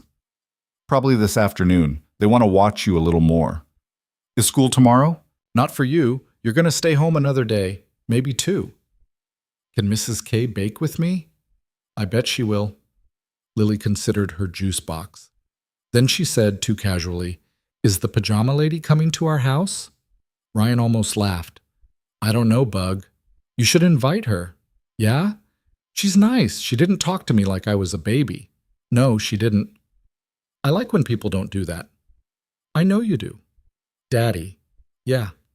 Don't be sad anymore, okay? He froze. He looked at her. She was watching him over the rim of the little juice cup. Her eyes were dark and serious and very much her mother's. Was I sad? He asked carefully. Sometimes. Yeah? At night, when you think I'm asleep. Oh, Bug. I don't mind. Don't be sad anymore, okay? I'll try, baby. Promise? I promise I'll try. She nodded once, satisfied, and drank the rest of her juice. He sat there with his hand on the edge of her blanket, and he watched the sunlight on the wall, and he thought of Alyssa's message on his phone that he had not yet answered. He picked the phone up. He did not open the message. He put it down again. Outside the window, a cloud moved off the sun, and the room went suddenly bright, and Lily laughed at something in her own head, and Ryan closed his eyes and felt, for the first time since a curtain had moved 2 nights ago, something in his chest that was not fear and was not grief. It was small. It was quiet. He did not have a name for it yet. He held his daughter's hand. He let it be there. They came home from the hospital a little after 4 in the afternoon, and the apartment smelled like cold coffee and the chocolate chip cookies Mrs. Kowalski had left on the kitchen counter wrapped in a paper towel. Lily walked in under her own power, one small hand in Ryan's, the discharge paperwork folded in his back pocket, a new maintenance inhaler, and a spacer, and a printed asthma action plan in the Ardmore children's tote bag Nina had sent over by messenger before lunch. Lily looked around like she had been gone for a week instead of a night. Our kitchen is small, she said. It's the same size it was yesterday. It seems smaller. That's because the hospital was really big. Oh. She went to her room to see her rabbit. Ryan stood in the middle of the living room with his keys still in his hand and felt for a second like he was going to fall down. He didn't. He took a breath, then another, and he put the tote bag on the counter next to the banana magnet and the little white card that had a blue ink phone number on it, and he started his life over again in small pieces. He put Lily down for a nap at 4:40. He called the warehouse at 5 and told Dale what had happened. Dale was quiet for a long second and then said, Take the week, and Ryan did not argue. He called Mrs. Kowalski. He ate a cookie standing over the sink. He washed his face. He changed out of the shirt he had been wearing for 36 hours. At 6:03, his phone buzzed. Priya. Ryan, hi. How is she? Home, sleeping. Oh, thank God. Alyssa told me. I've been checking my phone every 10 minutes like a crazy person. She's okay. We're okay. Okay? Good. Okay. Listen, I'm going to do a very Priya thing and ask you about something that isn't medical. Is that okay? Sure. The video, it crossed 18 million last night. A morning show reached out to us directly about you. I told them no. I will keep telling them no for as long as you want me to. But I also wanted to tell you that Alyssa's publicist, her name is Deirdre, she has a way of making stories go quieter, faster than you would believe. If you want her, she's yours. No cost, no signed anything. Ryan leaned against the counter. Priya. Yeah. Can I ask you something? Of course. Is any of this about her company? Is she doing this because someone told her it's good optics or because... No. You didn't even let me finish. I didn't need to. I've been in the room when she's done things for optics, Ryan. This is not that. She fired her last publicist 2 months ago for suggesting we turn a different hospital stay of hers into a campaign. She is doing this because you ran into a room for her and because her throat still hurts. That's it. That's the whole thing. Okay? Do you want Deirdre? Yeah, I think I do. Good. She'll call tomorrow. Get some sleep, Ryan. He hung up. He stood there for a minute with his hand still around the phone. Then he did something he had not done in 4 years. He opened his wallet, slid Claire's laminated photo out from behind his bank card, and set it on the counter next to Lily's new inhaler and the white card with the number. He stood there and looked at all three of those things together, and he did not know exactly what he was doing, but he knew he was doing something. The pajama lady came over on Saturday. It took 2 days of small texts to get there. Lily asked about her every few hours like she was tracking a package. On Thursday, after the appointment with Dr. Alcorn, Lily told Ryan that Alyssa should come see her rabbit. On Friday, she told him that Alyssa should come for dinner, but that it was okay if they only had pasta. On Saturday morning, she asked again at breakfast, and Ryan, surprising himself, picked up his phone. "You busy tonight?" The dots came back almost instantly. "No. Lily wants you to meet her rabbit. I can't promise it's interesting." "Name of the rabbit?" "Mr. Beans." "I'll be there." She came at 7. She rang the buzzer from downstairs like a normal person. She was in a gray sweater and jeans. She had brought a box of donuts from a place Ryan had heard of, but had never been able to justify walking into. She had also brought, somehow knowing exactly the right thing, a paperback copy of a picture book about a girl who was afraid of thunder and made friends with it. Lily read the title out loud slowly, finger under each word. Then she looked up at Alyssa with her whole face and said, "Thank you very much," in the formal voice she used for teachers. "You're welcome very much," Alyssa said back, exactly matching her.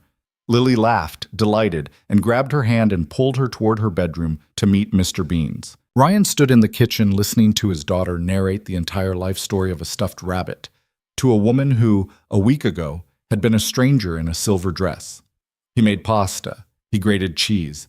He didn't know what was happening in his own chest exactly, but he didn't fight it. They ate at the little kitchen table with 3 chairs pulled up to it. Alyssa sat in Mrs. Kowalski's usual chair without knowing it was Mrs. Kowalski's usual chair. She ate 2 full plates of penne with red sauce. She asked Lily about school. Lily asked her if she had a job, and Alyssa said yes, she ran a company. And Lily asked what the company did, and Alyssa said, after thinking about it for a second, "It tries to help hospitals work better." "Did you help ours?" "No, honey." "Why not?" Alyssa smiled. "I should, shouldn't I?" After dinner, Lily passed out on the couch halfway through the Thunder book. Ryan carried her to bed. When he came back to the living room, Alyssa was washing dishes in his sink. "You don't have to—" "I know."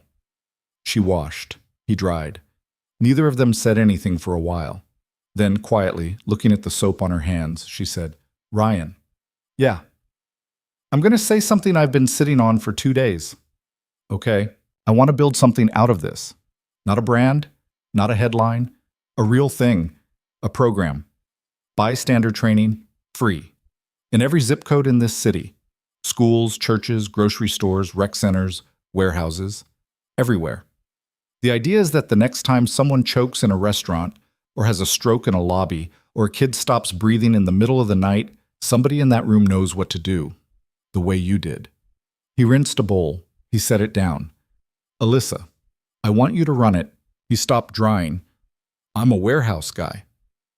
"You're a man who, when he saw somebody dying, moved. That's the whole qualification. The rest is staff and logistics, and I can throw staff and logistics at anything. I want someone in the front of the room who is not wearing a suit. I want the parents in that rec center to look at the person teaching them and see themselves." "I don't know how to teach." "You taught Lily how to breathe through a spacer. That's different." "Is it?" He was quiet. She turned off the water. She dried her hands on the dish towel and turned to face him. "I'm not asking tonight. I'm saying I want to meet again next week with Priya, with the doctor from the PEDS floor, with a training company that already does this in other cities. I want you to hear the plan. I want you to tell me everything you hate about the plan. And then, if at the end of that you want to walk away, you walk away, and I'll hire someone else, and I will still pay your rent for a year because I want to. And that's a separate conversation. But I want to ask you first." He looked at her. "I have a job," he said slowly. "I know. I have benefits, not great ones, but I have them. I know. I have a kid who needs those benefits. I know. The offer comes with better ones." He laughed once, dryly. "Of course it does. I'm not trying to be cute. I'm trying to tell you it's real." "Alyssa." "Yeah." "Why me?" She didn't answer right away. She leaned against his counter. She crossed her arms. She looked at the floor between her shoes. "Because you didn't hesitate," she said finally.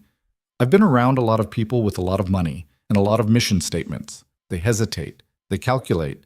They ask what's in it for them, even when they don't mean to. You came through a curtain. You put your arms around a stranger. You didn't ask my name. That's not a resume. It is to me. He didn't know what to say to that. He put the dish towel down. I have to think, he said. Think. I might say no. Say no if it's no. Okay. She nodded, once, and then she pushed off the counter and picked up her coat.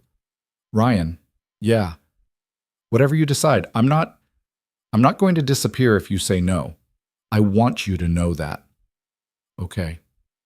I like your kid. She likes you. I noticed. He walked her to the door. In the narrow hallway of the apartment under the yellow ceiling light, she stopped with her hand on the knob. She turned halfway toward him. Ryan. Yeah, the night in the restaurant, before it happened. I was sitting there thinking I didn't remember why I was doing any of it anymore. The company, the pitches, the table full of men. I mean, any of it. I said it out loud to Priya about 30 seconds before I started choking. Isn't that a thing? Yeah. And then you came through the curtain. He didn't answer. She looked up at him. Her eyes were tired and clear at the same time, and he realized he had not looked at a woman's face this carefully in 4 years. Good night, she said. Good night. She left. He closed the door. He stood there with his forehead on the wood for a second. Then he walked back into the kitchen and stood over the sink with his hands on the rim of it. On the counter, the banana magnet pinned two things together now, the little white card and Claire's photo. He did not move either one. He thought about it for a week. He thought about it on Monday when he went back to the warehouse and his coworkers looked at him differently, not unkindly, just differently, like he had changed costumes between shifts.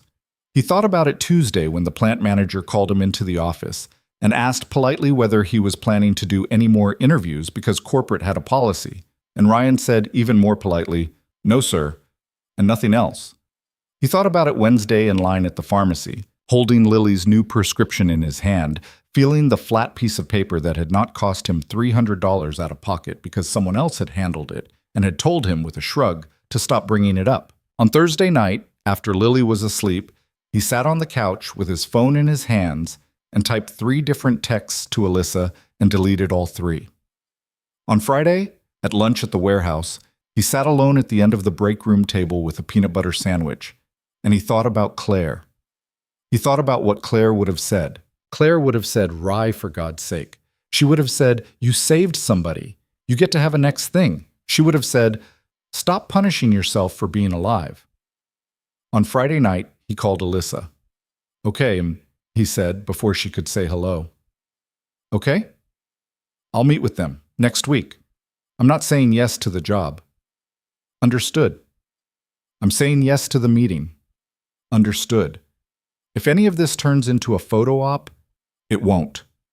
If it does, I walk. It won't." "Okay. Okay." There was a pause. "Ryan?" "Yeah." "Thank you." "Alyssa?" "Yeah." "Stop." She laughed. He smiled at the ceiling. "Good night," he said. "Good night." He hung up and sat on his couch in the dark for a long time, and he realized slowly that his chest felt lighter than it had in years, and that he was a little bit afraid of that feeling, and that he was going to let it stay there anyway. The meeting was on a Tuesday, in a plain conference room on the 11th floor of a building Ryan had walked past 100 times without ever looking up at. There were 9 people in the room. He was one of them. He wore the same jacket he had worn to Lumiere because it was still the only nice one he owned, and because he had decided quietly that he was going to keep wearing it until it fell apart. He sat in the chair next to Alyssa. Priya was across from him. A woman named Deirdre with sharp glasses and a sharper voice ran most of the first hour. A doctor from Ardmore Children's who had known Ben Alcorn for 20 years ran most of the second. A man named Terrell from a training company that had done bystander programs in 2 other cities leaned back in his chair and listened and only spoke when he had something useful to say, which Ryan respected immediately. They laid out the whole plan in front of him. 3 months of training design, 6 pilot sites, free enrollment, warehouses, schools, community centers, 2 churches, a barbershop chain whose owner had written a letter, a paid staff of 4 plus a lead instructor. Deirdre looked at Ryan across the table. We'd like the lead instructor to be you. He cleared his throat. He had practiced a small speech in the mirror. Half of it fell out of his head. I'm a warehouse worker, he said. We know. I don't have a certification. We'll pay for it. I don't speak in front of people. Terrell leaned forward on his forearms. Mr. Mercer, can I say something? Yeah. The people who sign up for these classes, they don't want a professional. They want somebody who looks like them. Somebody who, when they stand up at the front of a rec center in a pair of jeans, the parents in that room go, okay, that guy's like me. I could do this. That's the whole ball game. You're not being hired for a PhD. You're being hired for a living room. Ryan looked down at the table. He thought about a curtain moving. He thought about the man who had grabbed Alyssa first and could not make his fingers close. He thought about Lily, waving 2 fingers under an elephant blanket. Okay, he said. Deirdre's head snapped up. Okay? Okay, I'll do it. Alyssa, beside him, exhaled so quietly only he heard it. He started at the warehouse for another 4 weeks because he refused stubbornly to leave Dale in the lurch. He trained new hires on the line in the mornings and drove across town in the afternoons to sit in a rented studio space with Terrell and learn how to do a class. He was terrible at it for about a week. He stood too stiff. He read from the slides. He forgot the difference between abdominal thrusts on an adult and on a child twice in one afternoon, which embarrassed him to the point of silence. Terrell watched him on a folding chair. He was not a gentleman. You're pretending, Terrell said at the end of that afternoon. I'm trying to be professional. You're pretending, and it's making you worse. Stop.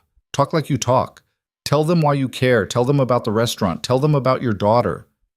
I don't want to use my daughter. Then don't. But tell them about the night you sat in a hospital chair and realized you had almost lost her because a pharmacy refill slipped. Tell them that a hospital chair at 4 in the morning is the loneliest chair in the world. Tell them that you do not want another person in this city to sit in that chair not knowing what to do with their hands. Do that, and they will follow you anywhere. Ryan thought about that all the way home on the bus. He taught his first real class 5 weeks later. It was a Saturday morning in the basement of a community center on the south side. 37 chairs, 34 of them filled. Mothers with babies on their hips. 2 teenagers who had been sent by their grandmother. A bus driver in his uniform. A woman who had just buried her brother after a cardiac event nobody in his office had known how to respond to. Ryan stood at the front of the room in his old jacket. He put his notes down on the podium. He did not pick them up again. He told them, in plain words, about a night in a restaurant he could not really afford, and about a curtain moving, and about a 6-year-old girl in pink pajamas with stars on them. He told them he was not a doctor. He told them he had not known, 2 weeks before the restaurant, that he was going to be standing here today. He told them that every person in this room was 1 bad minute away from being the only adult who knew what to do, and that he was going to spend the next 3 hours making sure, when that minute came, their hands knew the answer. At the end of the class, the woman whose brother had died stayed behind. She shook his hand without letting go for longer than she probably meant to. Thank you, she said. Thank you for coming. My husband thought this would be silly. And I'm signing him up for next month. He almost cried in the car on the way home. He did not, because Lily was in the passenger seat singing along to the radio, and he didn't want to alarm her, but it was close. The first year was not smooth. He does not want the record to remember it as smooth. People expect stories like his to be smooth at the end, and it was not. There were weeks when the funding wobbled.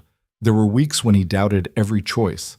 There was a Tuesday in February when he had a full panic attack in the parking lot of a rec center before a class, sitting in a borrowed car with his forehead on the steering wheel, convinced he was a fraud, convinced they were all about to find out. Alyssa had answered the phone on the second ring. She had not told him he was fine. She had told him he was allowed to be afraid. And then she had told him to go inside anyway.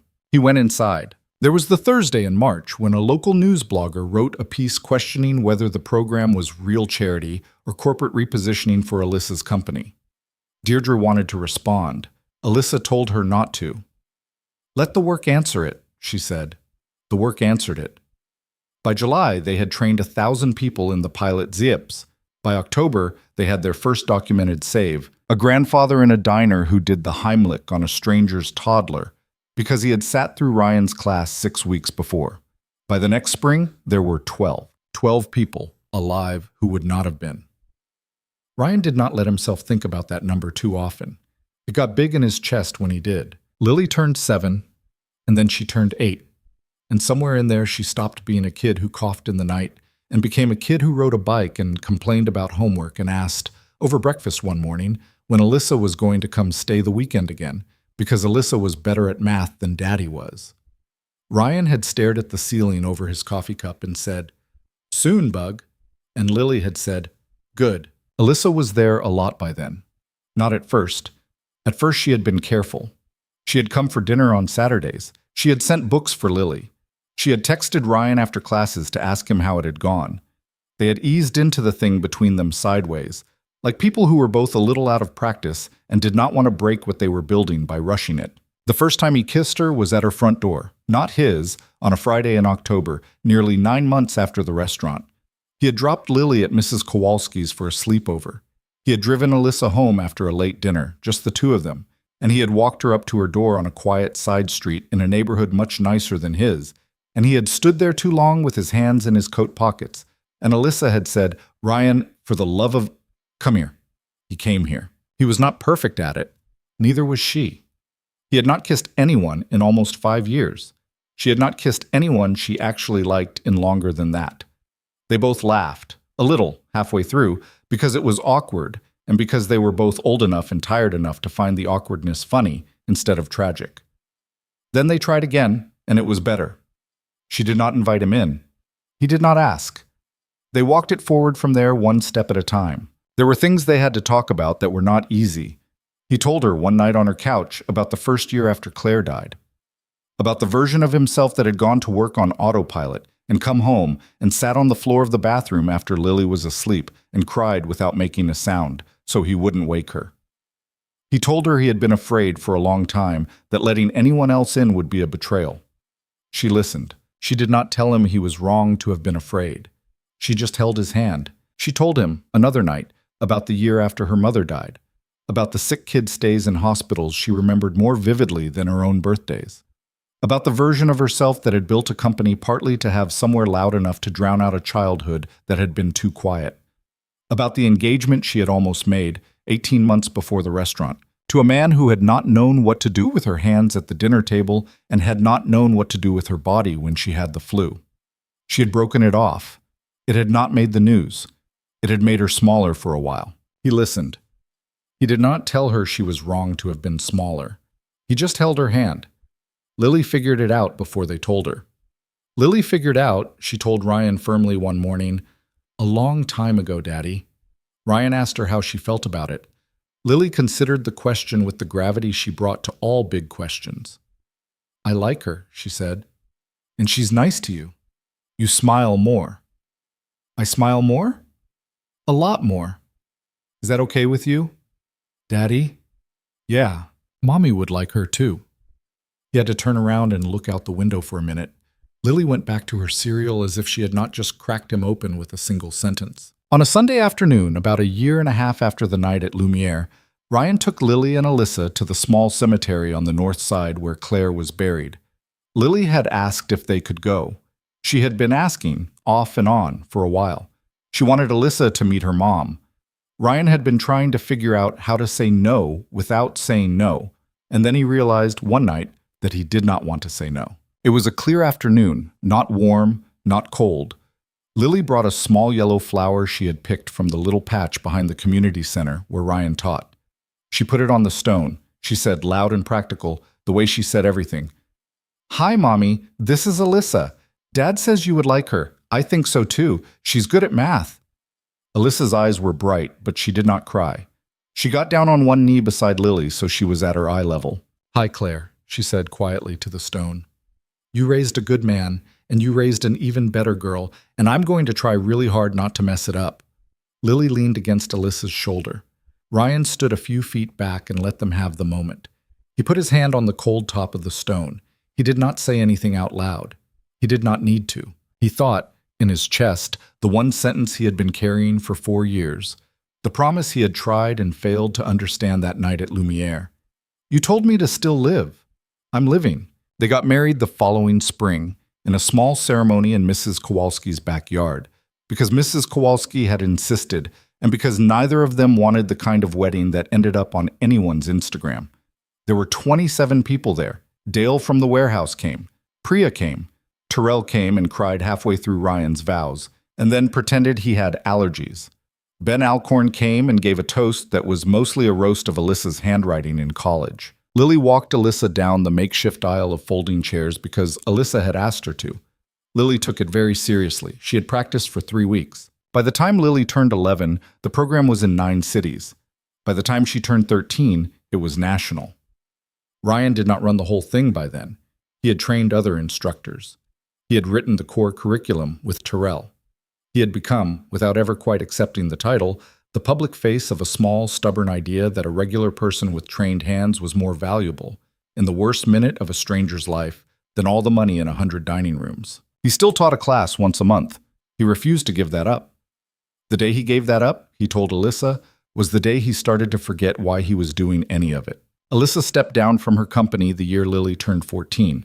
It made the business pages for about a week. She did not announce a next move because there wasn't one, exactly. She took a board seat at a hospital system that needed shaking up. She started a small foundation. She slept in on Saturdays for the first time in 15 years.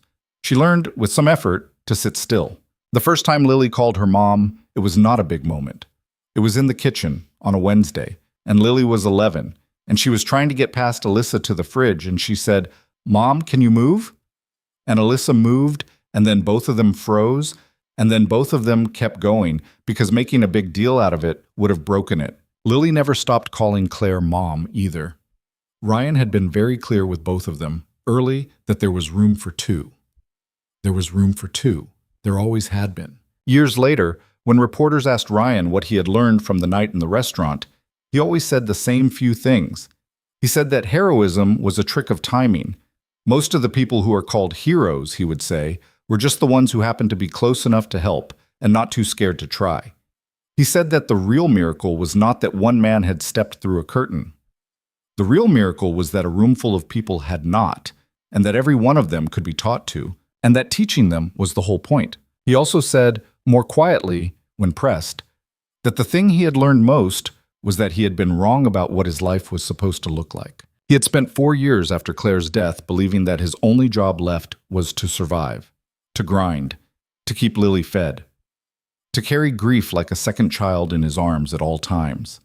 He had thought in some dark, private part of himself that he had used up his share of luck and love in his 20s, and that the rest of his life was going to be smaller. It was not smaller. It got bigger. It got bigger because a woman he did not know began choking in a restaurant he could not afford, and because he did not hesitate, and because she did not pretend afterwards that she owed him nothing. It got bigger because he had let himself slowly, carefully be helped, when every instinct in him had screamed that help was the same as losing. It got bigger because he had stayed. Alyssa, years later, put it more plainly than he ever could. They were at the kitchen table. Lily was at college by then. The apartment was a different apartment, a little bigger, a little farther uptown. Alyssa was drinking tea, and she was looking at him over the rim of the cup. "You think you saved me?" she said. "I did save you." "You did. And then I saved you back. And then we saved each other every morning for 20 years, and that's the part nobody makes a video about." He reached across the table. She put her hand on top of his. There was no music swelling. There was no audience. The kitchen window was open a little, and the curtain moved in a small breeze. Ryan thought, as he often did in moments like this one, of the other curtain, the gauzy one at Lumiere, and how thin it had been, and how close his whole life had been to being a different, narrower life on the other side of it. A lot of nights now he thought about the man he had been at 614 under the green awning on Park Avenue, counting the minutes until a reservation he could barely afford, ashamed of his own jacket, certain that the only thing waiting for him at home was a sleeping daughter and a picture of his dead wife and 4 more years of exactly the same. He wanted sometimes to reach back through whatever it is that separates then from now and put his hand on that man's shoulder. He wanted to tell him, "You don't know this yet, but you're about to run into a room. You're going to be scared. You're going to shake for a week. You're going to think your life is over when it's really just beginning. Go through the curtain. Don't hesitate. The rest of us are waiting for you on the other side." He never said any of that out loud because he didn't need to. The man under the awning was already him. He had already gone through. And in the quiet, ordinary kitchen of a quiet, ordinary evening, with his wife's hand on his and his daughter on a video call from a dorm 2 states away, and a small yellow flower pressed between the pages of a book on the shelf behind him, Ryan Mercer finally understood what Claire had meant all those years ago, in that hospital bed, when she had made him promise to still live. She had not meant survive. She had meant let yourself be found. He had let himself be found. And the woman he had saved in the end had saved him right back. Not with money, not with power, not with any of the things the headlines had wanted to see, but with the slow, unglamorous, unshakable decision to stay. That was the whole story. That was the whole point.